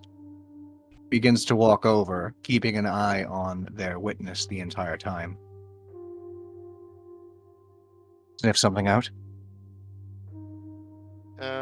Well, if it did climb up, it's one hell of a beast. Wouldn't have thought anything bar a Lictor would be able to do that, but there seems to be some sort of residue here. Maybe we can get a chemical analysis that'll match it with the ones downstairs or previously. I see. Sounds good to me. The more possible info, the better.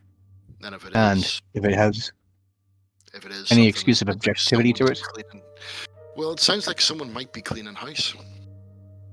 yeah, it does seem so. Especially when, for some reason, we had such a high status figure seeming to be given only one, apparently, elite guard. This seems a bit strange.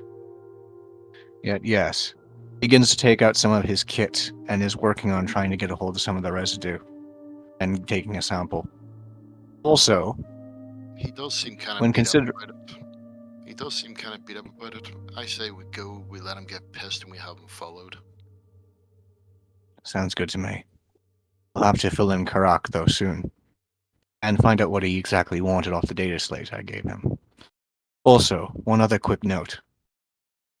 He again said that it was moving unnaturally. And he tried giving us a description or example of that movement. And didn't move on. Depending on how actually accurate or honest any of what he says is, I'll have to check back about, obviously, we finding this residue and how exactly something would have maneuvered across all of this, looking at the architecture and more. Begins to finish swabbing up. Fran's The gonna have a look. curtains flow open out of the broken window. The old brood guard, with his shining gold cuirass, walks over to the door, standing next to it. If there is anything else, let me know. Thank you for your assistance. He nods and will walk outside.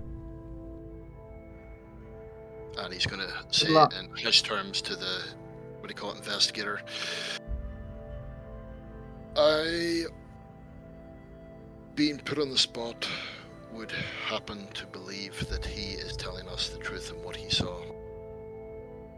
If you seen the way Boyle reacted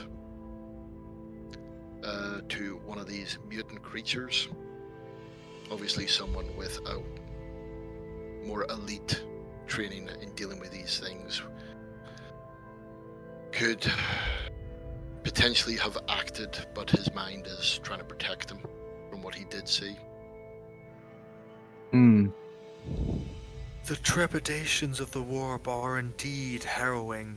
It is possible that he could be corrupted. You are correct in the assumption that we must have him followed to ensure the purity of his soul. Plus, we need to remember, two things can be true at once. He might believe he's telling the truth. He might be trying to be genuine. You don't know how he may or may not be affected. Well, we'll have him followed. And if there's anything else you can give us, Right. then that's fine. If not, if he is corrupted, he'll receive the Emperor's mercy. Course. Understood. As all corrupted data is, he shall be purged from the archives of this world, so that the motive force may flow freely. To Either way. further this, how has your data processing gone upon that scrap code I managed to find? Well, I told you. It seemed a bit tricky, but then I handed it back to you saying, seemed to have cracked quite possibly what it had to offer. I wanted to see what you made of it once I brought it over for your reading again. Truly, you have the Omnissiah's gaze upon you, and I will check the now decoded data.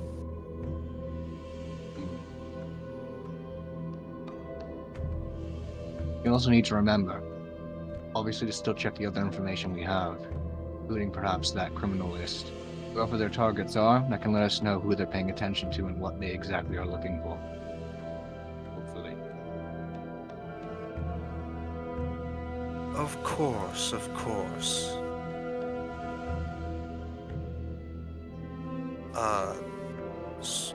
So Fulcrum will perform the ritual to open the seal he has placed upon the data slate.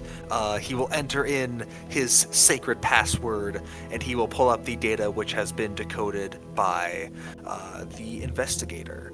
And he will read it, and read it aloud so that both he and Aaron Franz will be able to hear it. This is the deleted scrap code, right? Yes. Anyone can do a -20 logic test. Already done by the investigator and succeeded. Very nice. It contains a ton of data, back and forth between various members of the council. You see a few names: Raphael Thort II, Aignon de Cambrai, Titus Palambrace, Sax Olston, Lucia Vale, Martyr Domus, Elias de Vries. The journals seem to track their coordinates, or coordinates where something has happened.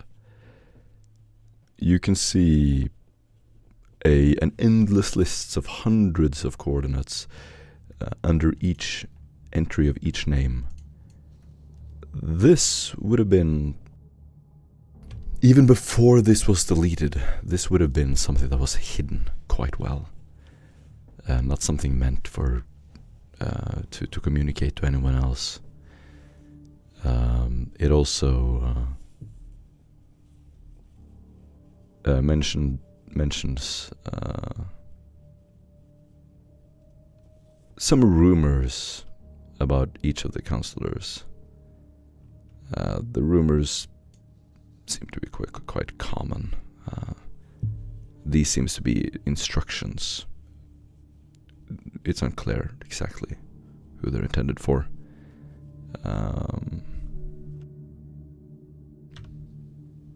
What do the instructions read?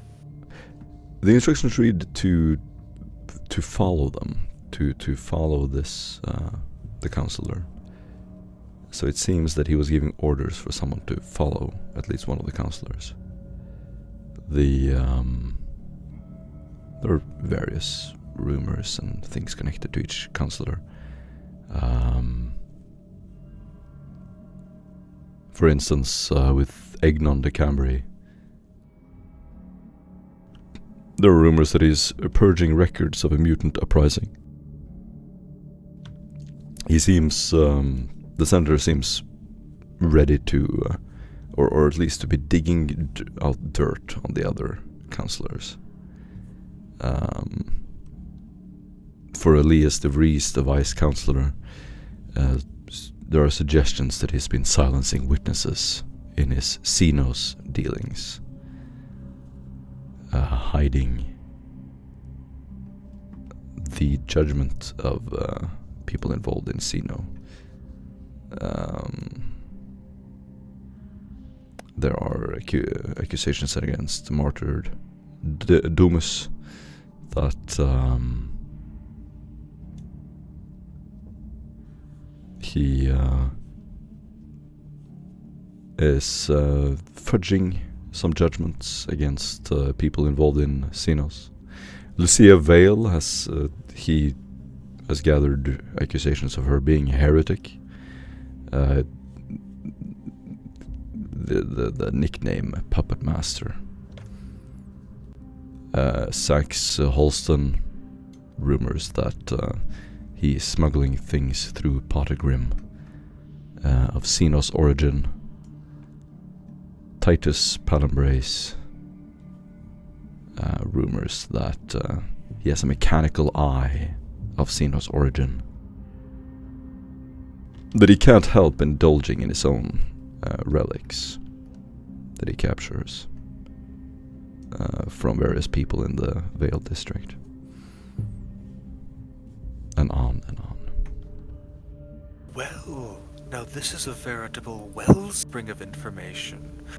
Unfortunate that we have very little ability to credit it, although perhaps if we could interview one of these and Fulcrum will gesture to the various names with the rumors under them, we could inquire as to their legitimacy. Hopefully.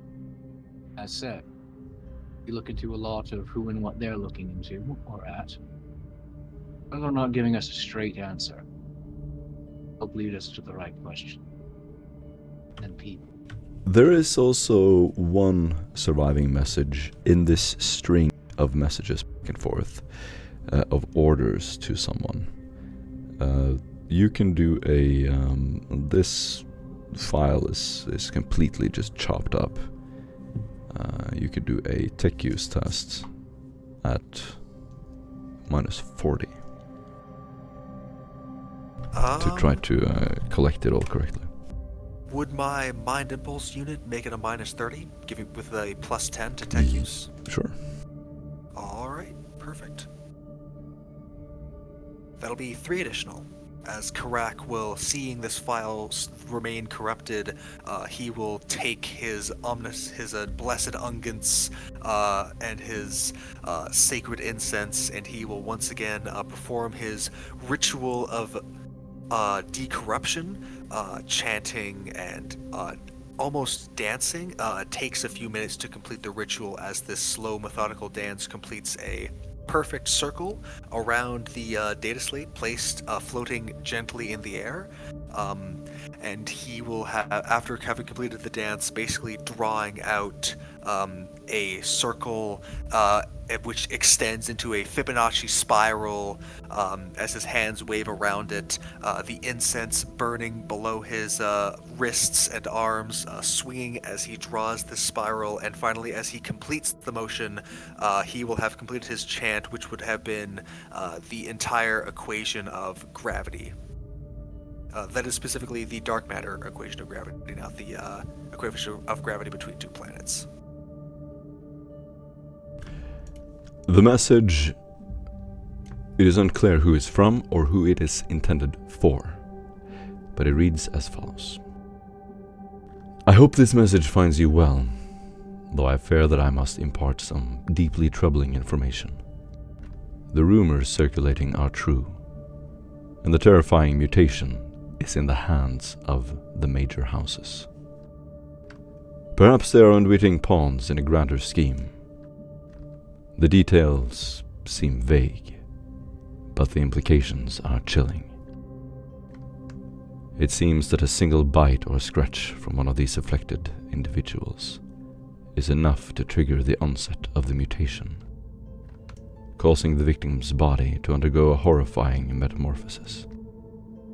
I have heard accounts of limbs twisting and elongating, sharp fangs and claws erupting from the flesh, and a primal, bestial rage consuming the mind of the infected. What's worse is that according to the Magos, it creates a psychic bond to its other parts. It is a form of bioweapon. It is far too wild to speak of, and I shudder to think what the Emperor's word would do to us if this was to escape the gravity of this world. Please, I urge you to be vigilant. If you hear anything of this, report it to me immediately. There is a conspiracy deep within the Council. Our lives may be in danger. I worry far more than that. What a tragic turn of events. To be warned too late to save himself. O enlightenment of the Omnissiah, though your bounty be great, if only the motive force could carry you with swifter wings. And Fulcrum will make the sign of the Omnissiah. Or the sign of the cogwheel, I should specify. And apparently something about, presuming that Karak relayed some of the info he was looking at on the data slate to our characters. A marionette man with a klepto fetish of the most dangerous possibly sorts. Going to have to see how much this connects up with what we already know. If it does, that proves the context yet again goes a lot deeper. We'll have to be a lot better equipped as we go in forward. At bare minimum, we'll know it.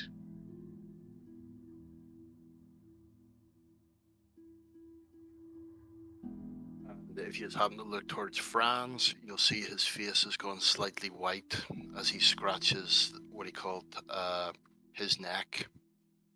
And you'll hear the microbead come on and go, Marcus, please arrange for a level 3 quarantine. Neil's eyes admittedly pop wide open, despite typically being narrowed as if he's trying to concentrate or looking on something. Immediately looking over and of course the commissar's direction. And you'll see that he's now emptying what he called the bolt pistol of any rounds, putting them in and holstering the unchambered bolt pistol, and yes, basically looking at you and what he called handing over the power sword. Niels I want it back. understood. He carefully takes hold, begins to make certain that it's held very carefully. Does not take his eyes off the commissar the entire time. With a blatant look of sympathy on his face that you're not used to seeing on him.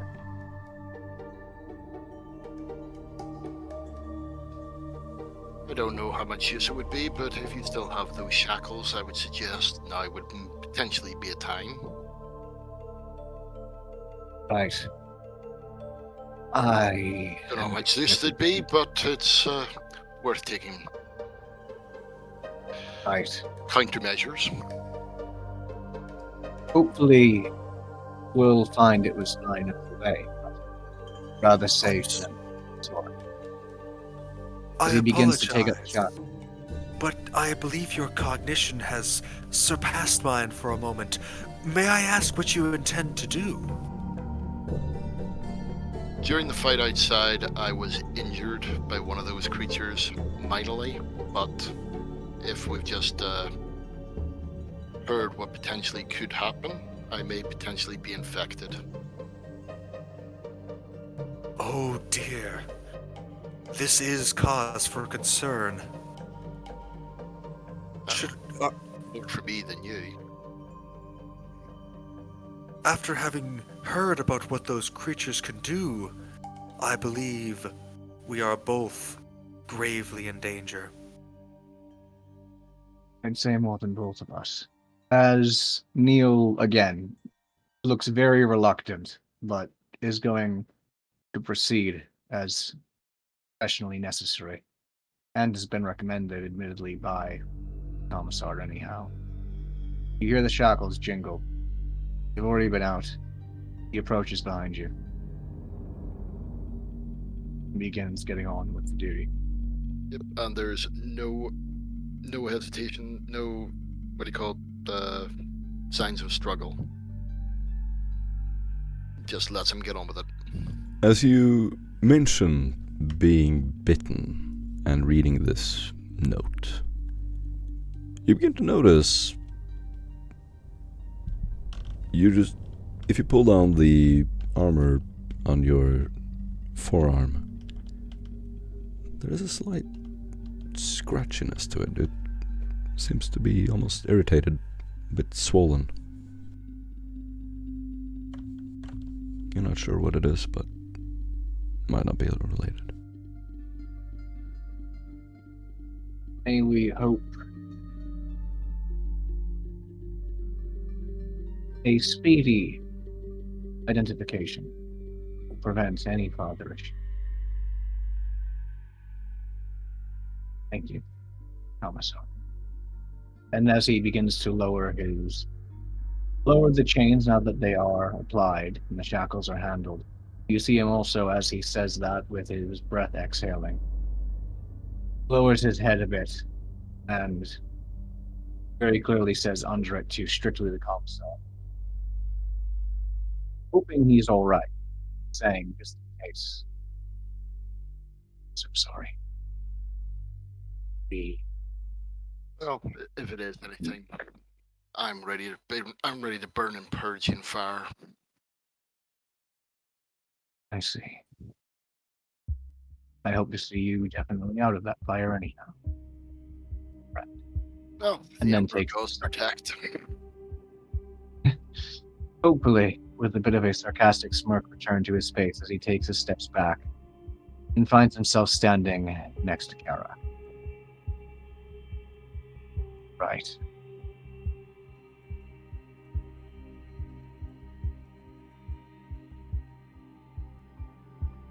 Well, I think we should probably, if you're finished with your investigation, Just maybe one more thing I wanted to check. And Fulcrum will wander over to the windows, and he wants to check the hinges, because the guard mentioned that the windows might have been left open. He wants to check whether they still are, regardless of whether or not the window is shattered. Oh yeah, the window is very much open, and the hinges are intact. Interesting. And Fulcrum will meander back to the group. I believe I have seen all that we can. Perhaps, and using his optical implant, he just wants to scan one last time, flicking between. He wants to flick on a black light, actually, and he's going to check for any blood splatters, anything that might be from the creature from when this person tried to fend off his attacker that might not have been caught in the flame. To see if he can get some sort of biological sample, perhaps. You lean down, you can do a Medicaid test. Ooh, okay. Do it at minus 20. I can't succeed. So, he will, Fulcrum will... You can do a trade chemist test as well. I also do not have that. So Fulcrum will scan the ground with his optical implant. He flicks on a black light to check to see if there's anything else there. And unfortunately, he will not find anything with those methods. So he will shrug and return to the group. Unfortunate. It appears that the Omnissiah has not blessed me this day. May his input repeatedly prove pivotal, hopefully in our favor. With each And data then begins point, to. we find a finer line of fit. He looks over again towards Franz. Clearly the look of, again, someone who's concerned for a friend, basically, even though he's in every other way doing everything he can to put on as professional a exterior as possible. It seems we'll be proceeding now. We'll have to get back to the Inquisitor. We could potentially have an Inquisitional team tear the place apart. Hmm. But, your case. As you said, apparently there's been an order for quarantine. We'll be taking you to a very specific place. And I'll have to report when that's happened later. We'll see. See. We'll see. As he begins to Okay. take steps forward in the direction you guys do need to go. Yes. Well, lead the way.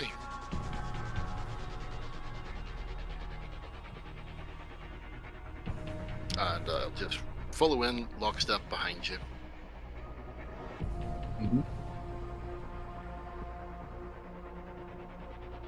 Nice and tense. Fulcrum will, seeing that they're moving at a bit faster pace than he can move regularly, will hover off the ground, have his Omniscion axe spinning gently in the air beside him as he follows behind them.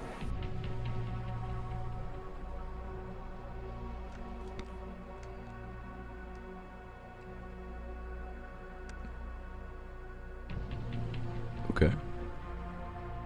Perhaps, my friends, shall we go back to the Inquisition base to ensure that we get any of your ailments checked and hopefully cured? Fulcrum will suggest, looking towards the Commissar. Well, I was kind of hoping that, unless our friend here decides to put one in the back of my head in some street, in some alley. Why would he do that? He's admittedly in charge, rather than any of us.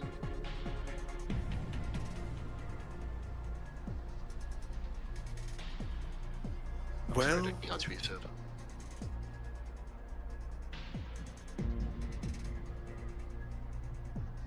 I'm sorry, friend. Could you perhaps repeat that? He's admittedly in charge, rather than any of us.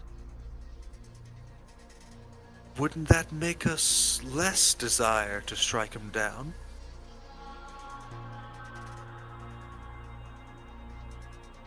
I'm Okay. hoping he's going to be fine.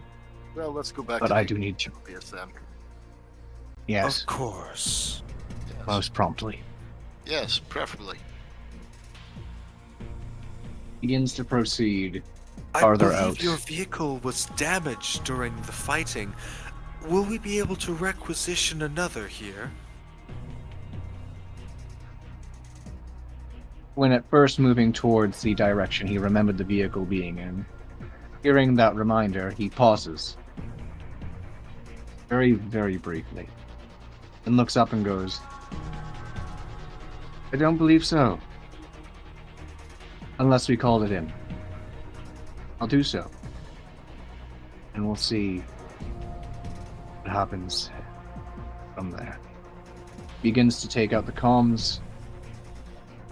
Attempts to ring up Tetricus. The room seems to be sealed to Vox communications. You are unable to receive or send any signals. We'll have to exit first. Let's begin approaching the outside. Keep an eye out just in case. And ears too, including any perhaps of those special augmentations you have. And get a bit of farther range than either of us. In case there's any notable and different activity. This way. Let's go towards the door. If you want to go somewhere, say, walk out the door and begin to walk there and then. Alright. Goes towards the door, begins to walk out the door, and approach the outside of the building. Alrighty. Keeping, of course, his two comrades and the commissar as a part of that, shackled up with him at all times. As you walk out, you will see a vigilante standing next to the door, in full armor. He looks at you. I hope everything is in order in there. I was sent As to an order, replace you. Understood. And appreciated. It's as in order as a crime scene can be. It's a little bit of a, again, iconic sarcastic smirk of his. Elsewise, everything else perfectly straightened, very composed, and really professional. He smiles. For the Emperor. For the Emperor. Good luck, brother. Perhaps see you later. As he begins to Any of you escort can do a pure intelligence tests. If you have a total recall, you auto succeed. Ah, You get minus 20. Minus 10. I will unfortunately fail. Close. I have total recall. Oh. Sick. Very nice. You have the talent total recall? 2, 3, 4, 5, 6, 7, 8 down. Okay. You've seen journals of various figures. The face of this vigilante is eerily similar to that of the Inquisitor Carius Rode, a former trainee of and acolyte of your Inquisitor, Caster Typh. As he says for the Emperor, there's a burning intensity in his eyes.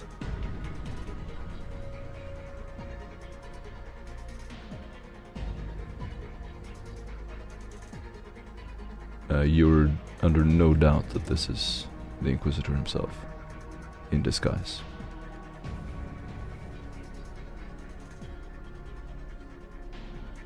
Just gonna walk up and impart this information to the investigator and say that was an Inquisitor. Used to work with ours. What's he doing here? right. Okay. Moment it's the three of us. I have to check where Hector is. I can't quite contact Tetricus. Dividing might not really allow us to conquer right now. But this does need to be looked into. You won't be Karak. here alone. Yes. He quickly tells Karak that when he gets outside, to please contact the Inquisition for a ride soon, if not right away. Obviously right away. And then to, the moment he can, try to bring Bronze, with the shackles for now off. He gives him the means to do so. Straight back in to find him. Neil, that is. It says he needs to quickly check something. The Commissar knows. Very And well. then he immediately turns around and begins with his iconic sarcastic smile and very, very deliberately concentrated, narrowed eyes. Proceeds straight back in. Fulcrum will contact Tetricus through the Vox channels he was told to go through. You have no problem reaching him at all, and you will hear a faint voice. Hello. Who is this? Hello, this is Fulcrum. Is this Tetricus? Who else? If possible, would you be able to come and pick us up at our current location? And I will send him our current coordinates. through the Vox. I'm already waiting for you. I'm in the Great Hall. Oh, excellent. Where are you? I don't quite see you. Also, what do you look like? As you walk out the doors,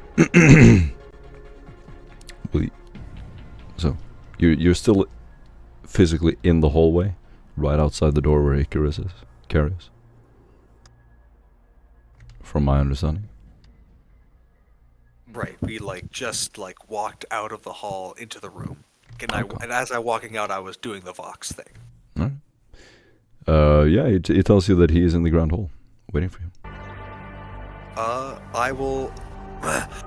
Wonderful. Thank you very much for getting here so swiftly. Tell me, where in the Grand Hall are you? And also, what do you look like? You can't miss me. I see. With that, Fulcrum will make his way to the Grand Hall. He will unshackle the commissar because walking around with a vigilite with one of the vigil in chains would probably not be a good look. And will sort of put the shackles within his robes, hiding them. Stepping out to the Grand Hall, he will take a look around and look for this Tetricus fellow. So you're on your way there. As a reminder from your journals, you all remember that Carius Road, the Inquisitor you just left in the Officio, killed the entire previous, or most of the previous warband on an alien planet when they discovered a Xenos artifact. He activated the artifact and said that he was going to use its power. He is a radical Inquisitor. And he has killed several warbands of the past of Inquisitor Caster Typhus. My At character the moment- neither knows this nor was informed of the fact that the person is an Inquisitor.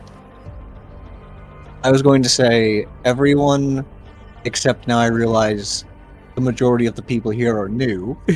Neil is recent, Karok's new. So I was going to say everyone other than right now Neil, and out of habit I was about to say Boyle. No, you've all would- been mandatorily reading these journals to become an acolyte. You Gotcha. all know it. I'm saying that while he would be familiar with the information actually, right now, with the possible loss of yet another friend right after another one, and possibly getting bumped up from basically second in command to temporarily, depending on what happens with Franz, to first and everything else happening. No need to has explain, way- just roleplay the character. I know, I'm just saying that he has loads of other stuff on his mind, so he's probably not thinking about that right now. As Franz gets We're his in hands game. free, as Franz gets his hands Yeah. free, he's going to go straight to the microbead and he's going to go straight to Hector and say, basically, the Inquisitor, the Icarus, is it? No. Sure, Icarus. Icarus is a codename. Carius Road. Yep. He's basically going to say, Icarus is in the building. Bring everyone. Understood. Where is he? He's what he called outside the council chambers. We're on our way. The line breaks. He's going to have a look round. He's going to see Tetricus. He's going to. You do not see Tetricus. You're still All right, outside the Officio. Right.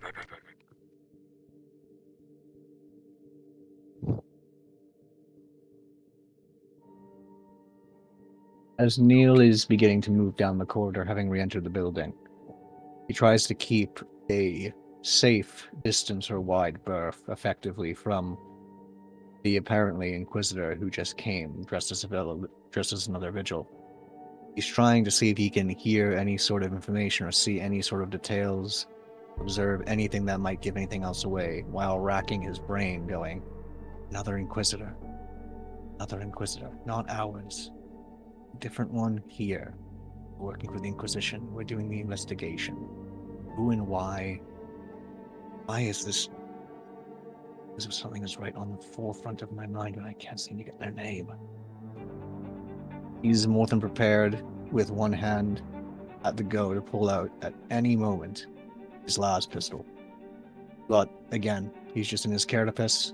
He's trying to keep his distance and try to find and see whatever he can that might give anything away before he exposes himself. And you'll All hear alone. Franz come. Well, you'll hear Franz come over the microblade and go, invest, as he walks past Yes. the dampening field. Nice, an inspiration point. Shit. Franz. Franz. Okay. And then looks over at the Inquisitor. The door is Need to make closed. You sure. cannot see him. Right. Sorry, in the direction he would have gone in. Sorry. Goes. All right. Big decision time. And then it cuts to the other characters for now. Should we make our way to aid him, or? And Franz is not paying any attention to you. He's loading what he calls his bolt pistol and is walking in the direction that they just came. Slowly at first, and then increasing in rate, in speed, as he puts the shells into the magazine. I would appreciate being appraised as to what is going on. In the Follow and distance, find out. near the stairs, you will see none other than the Archconfessor. He ascends the stairs and begins walking slowly towards you. The counselors are ready. You should see them soon. As we agreed, there is little time to Professor, waste. They're going to have to wait. Icarus is here, and, well, generally that ends badly for us. He looks at you as if you're joking. The Inquisitor, known as Icarus, is dead. I don't have time for this. And he's just going to walk past him. You've made a mistake. Fulcrum will follow. I assure you, I have not.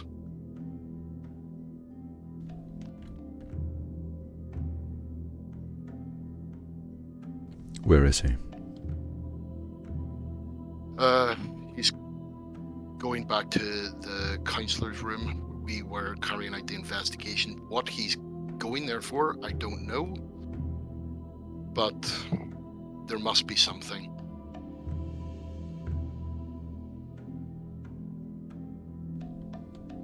Kane looks at all of you. The Inquisitor is still a servant of the Imperium. I, unfortunately, am powerless to intervene. Does he count how many of them are there? Well, if you can forestall the council until we sort out this minor hiccup, that would be much appreciated. Impossible. We cannot let this opportunity slip out of our fingers. The counselors are all in one room, ready to be interrogated.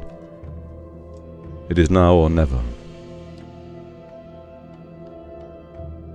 My friend, if it is your intention to fight this Inquisitor, I shall hold the line.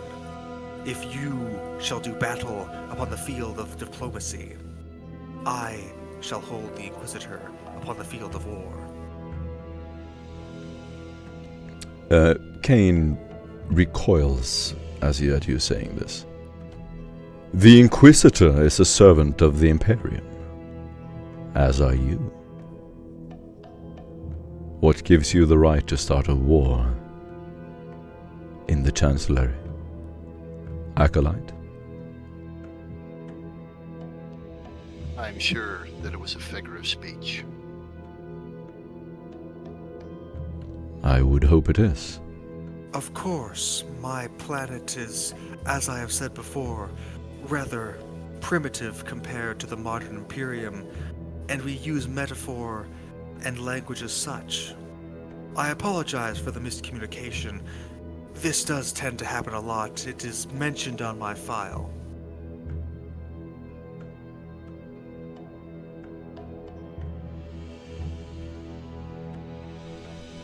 Kane will put on his white gloves. Well, shall we go?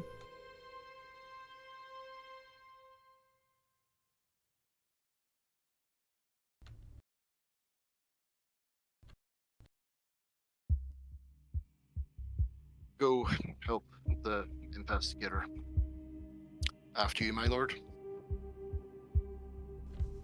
Kane begins walking down the stairs to the main chamber. Fulcrum will continue on to the investigator. Halfway down the stairs, you will see Hector come running up the stairs with Tetricus behind him. They're sweaty, like sweat running down their foreheads, weapons drawn. I came as soon as I could. Where is he? And he'll get the directions from Franz and say, we have two of our number there, hopefully having a civil chat as to what his intentions are. But if you could maybe sort of provide some moral support, that would be fantastic. Why are you leaving? If he's here, we have to get him. I am fully aware of that, but unfortunately we must fight on two fronts today. Tetricus pushes his way past. What you mean? We're just leaving him there. No, you're going in to arrest him. Just the two of us. Well, there's four. Have you read the stories? I have. He's gonna kill us. Oh. There would be five, and what he called, he's going to be looking at the Arch Confessor, or potentially six. The Archconfessor looks back at you. What is the meaning of all this? Why would you attack the Inquisitor? When we attack him, we're going to arrest him for the murder of Inquisitional agents. He is an Inquisitor. You are acolytes. You serve him. I serve our Inquisitor. Whatever you choose, it is none of my business. I will simply stay out of this. Though I disagree with this infighting. You will have to report whatever your decision is to the Inquisitor when you are done. Choose wisely, servants of the Imperium. Kane turns around and begins walking down the stairs.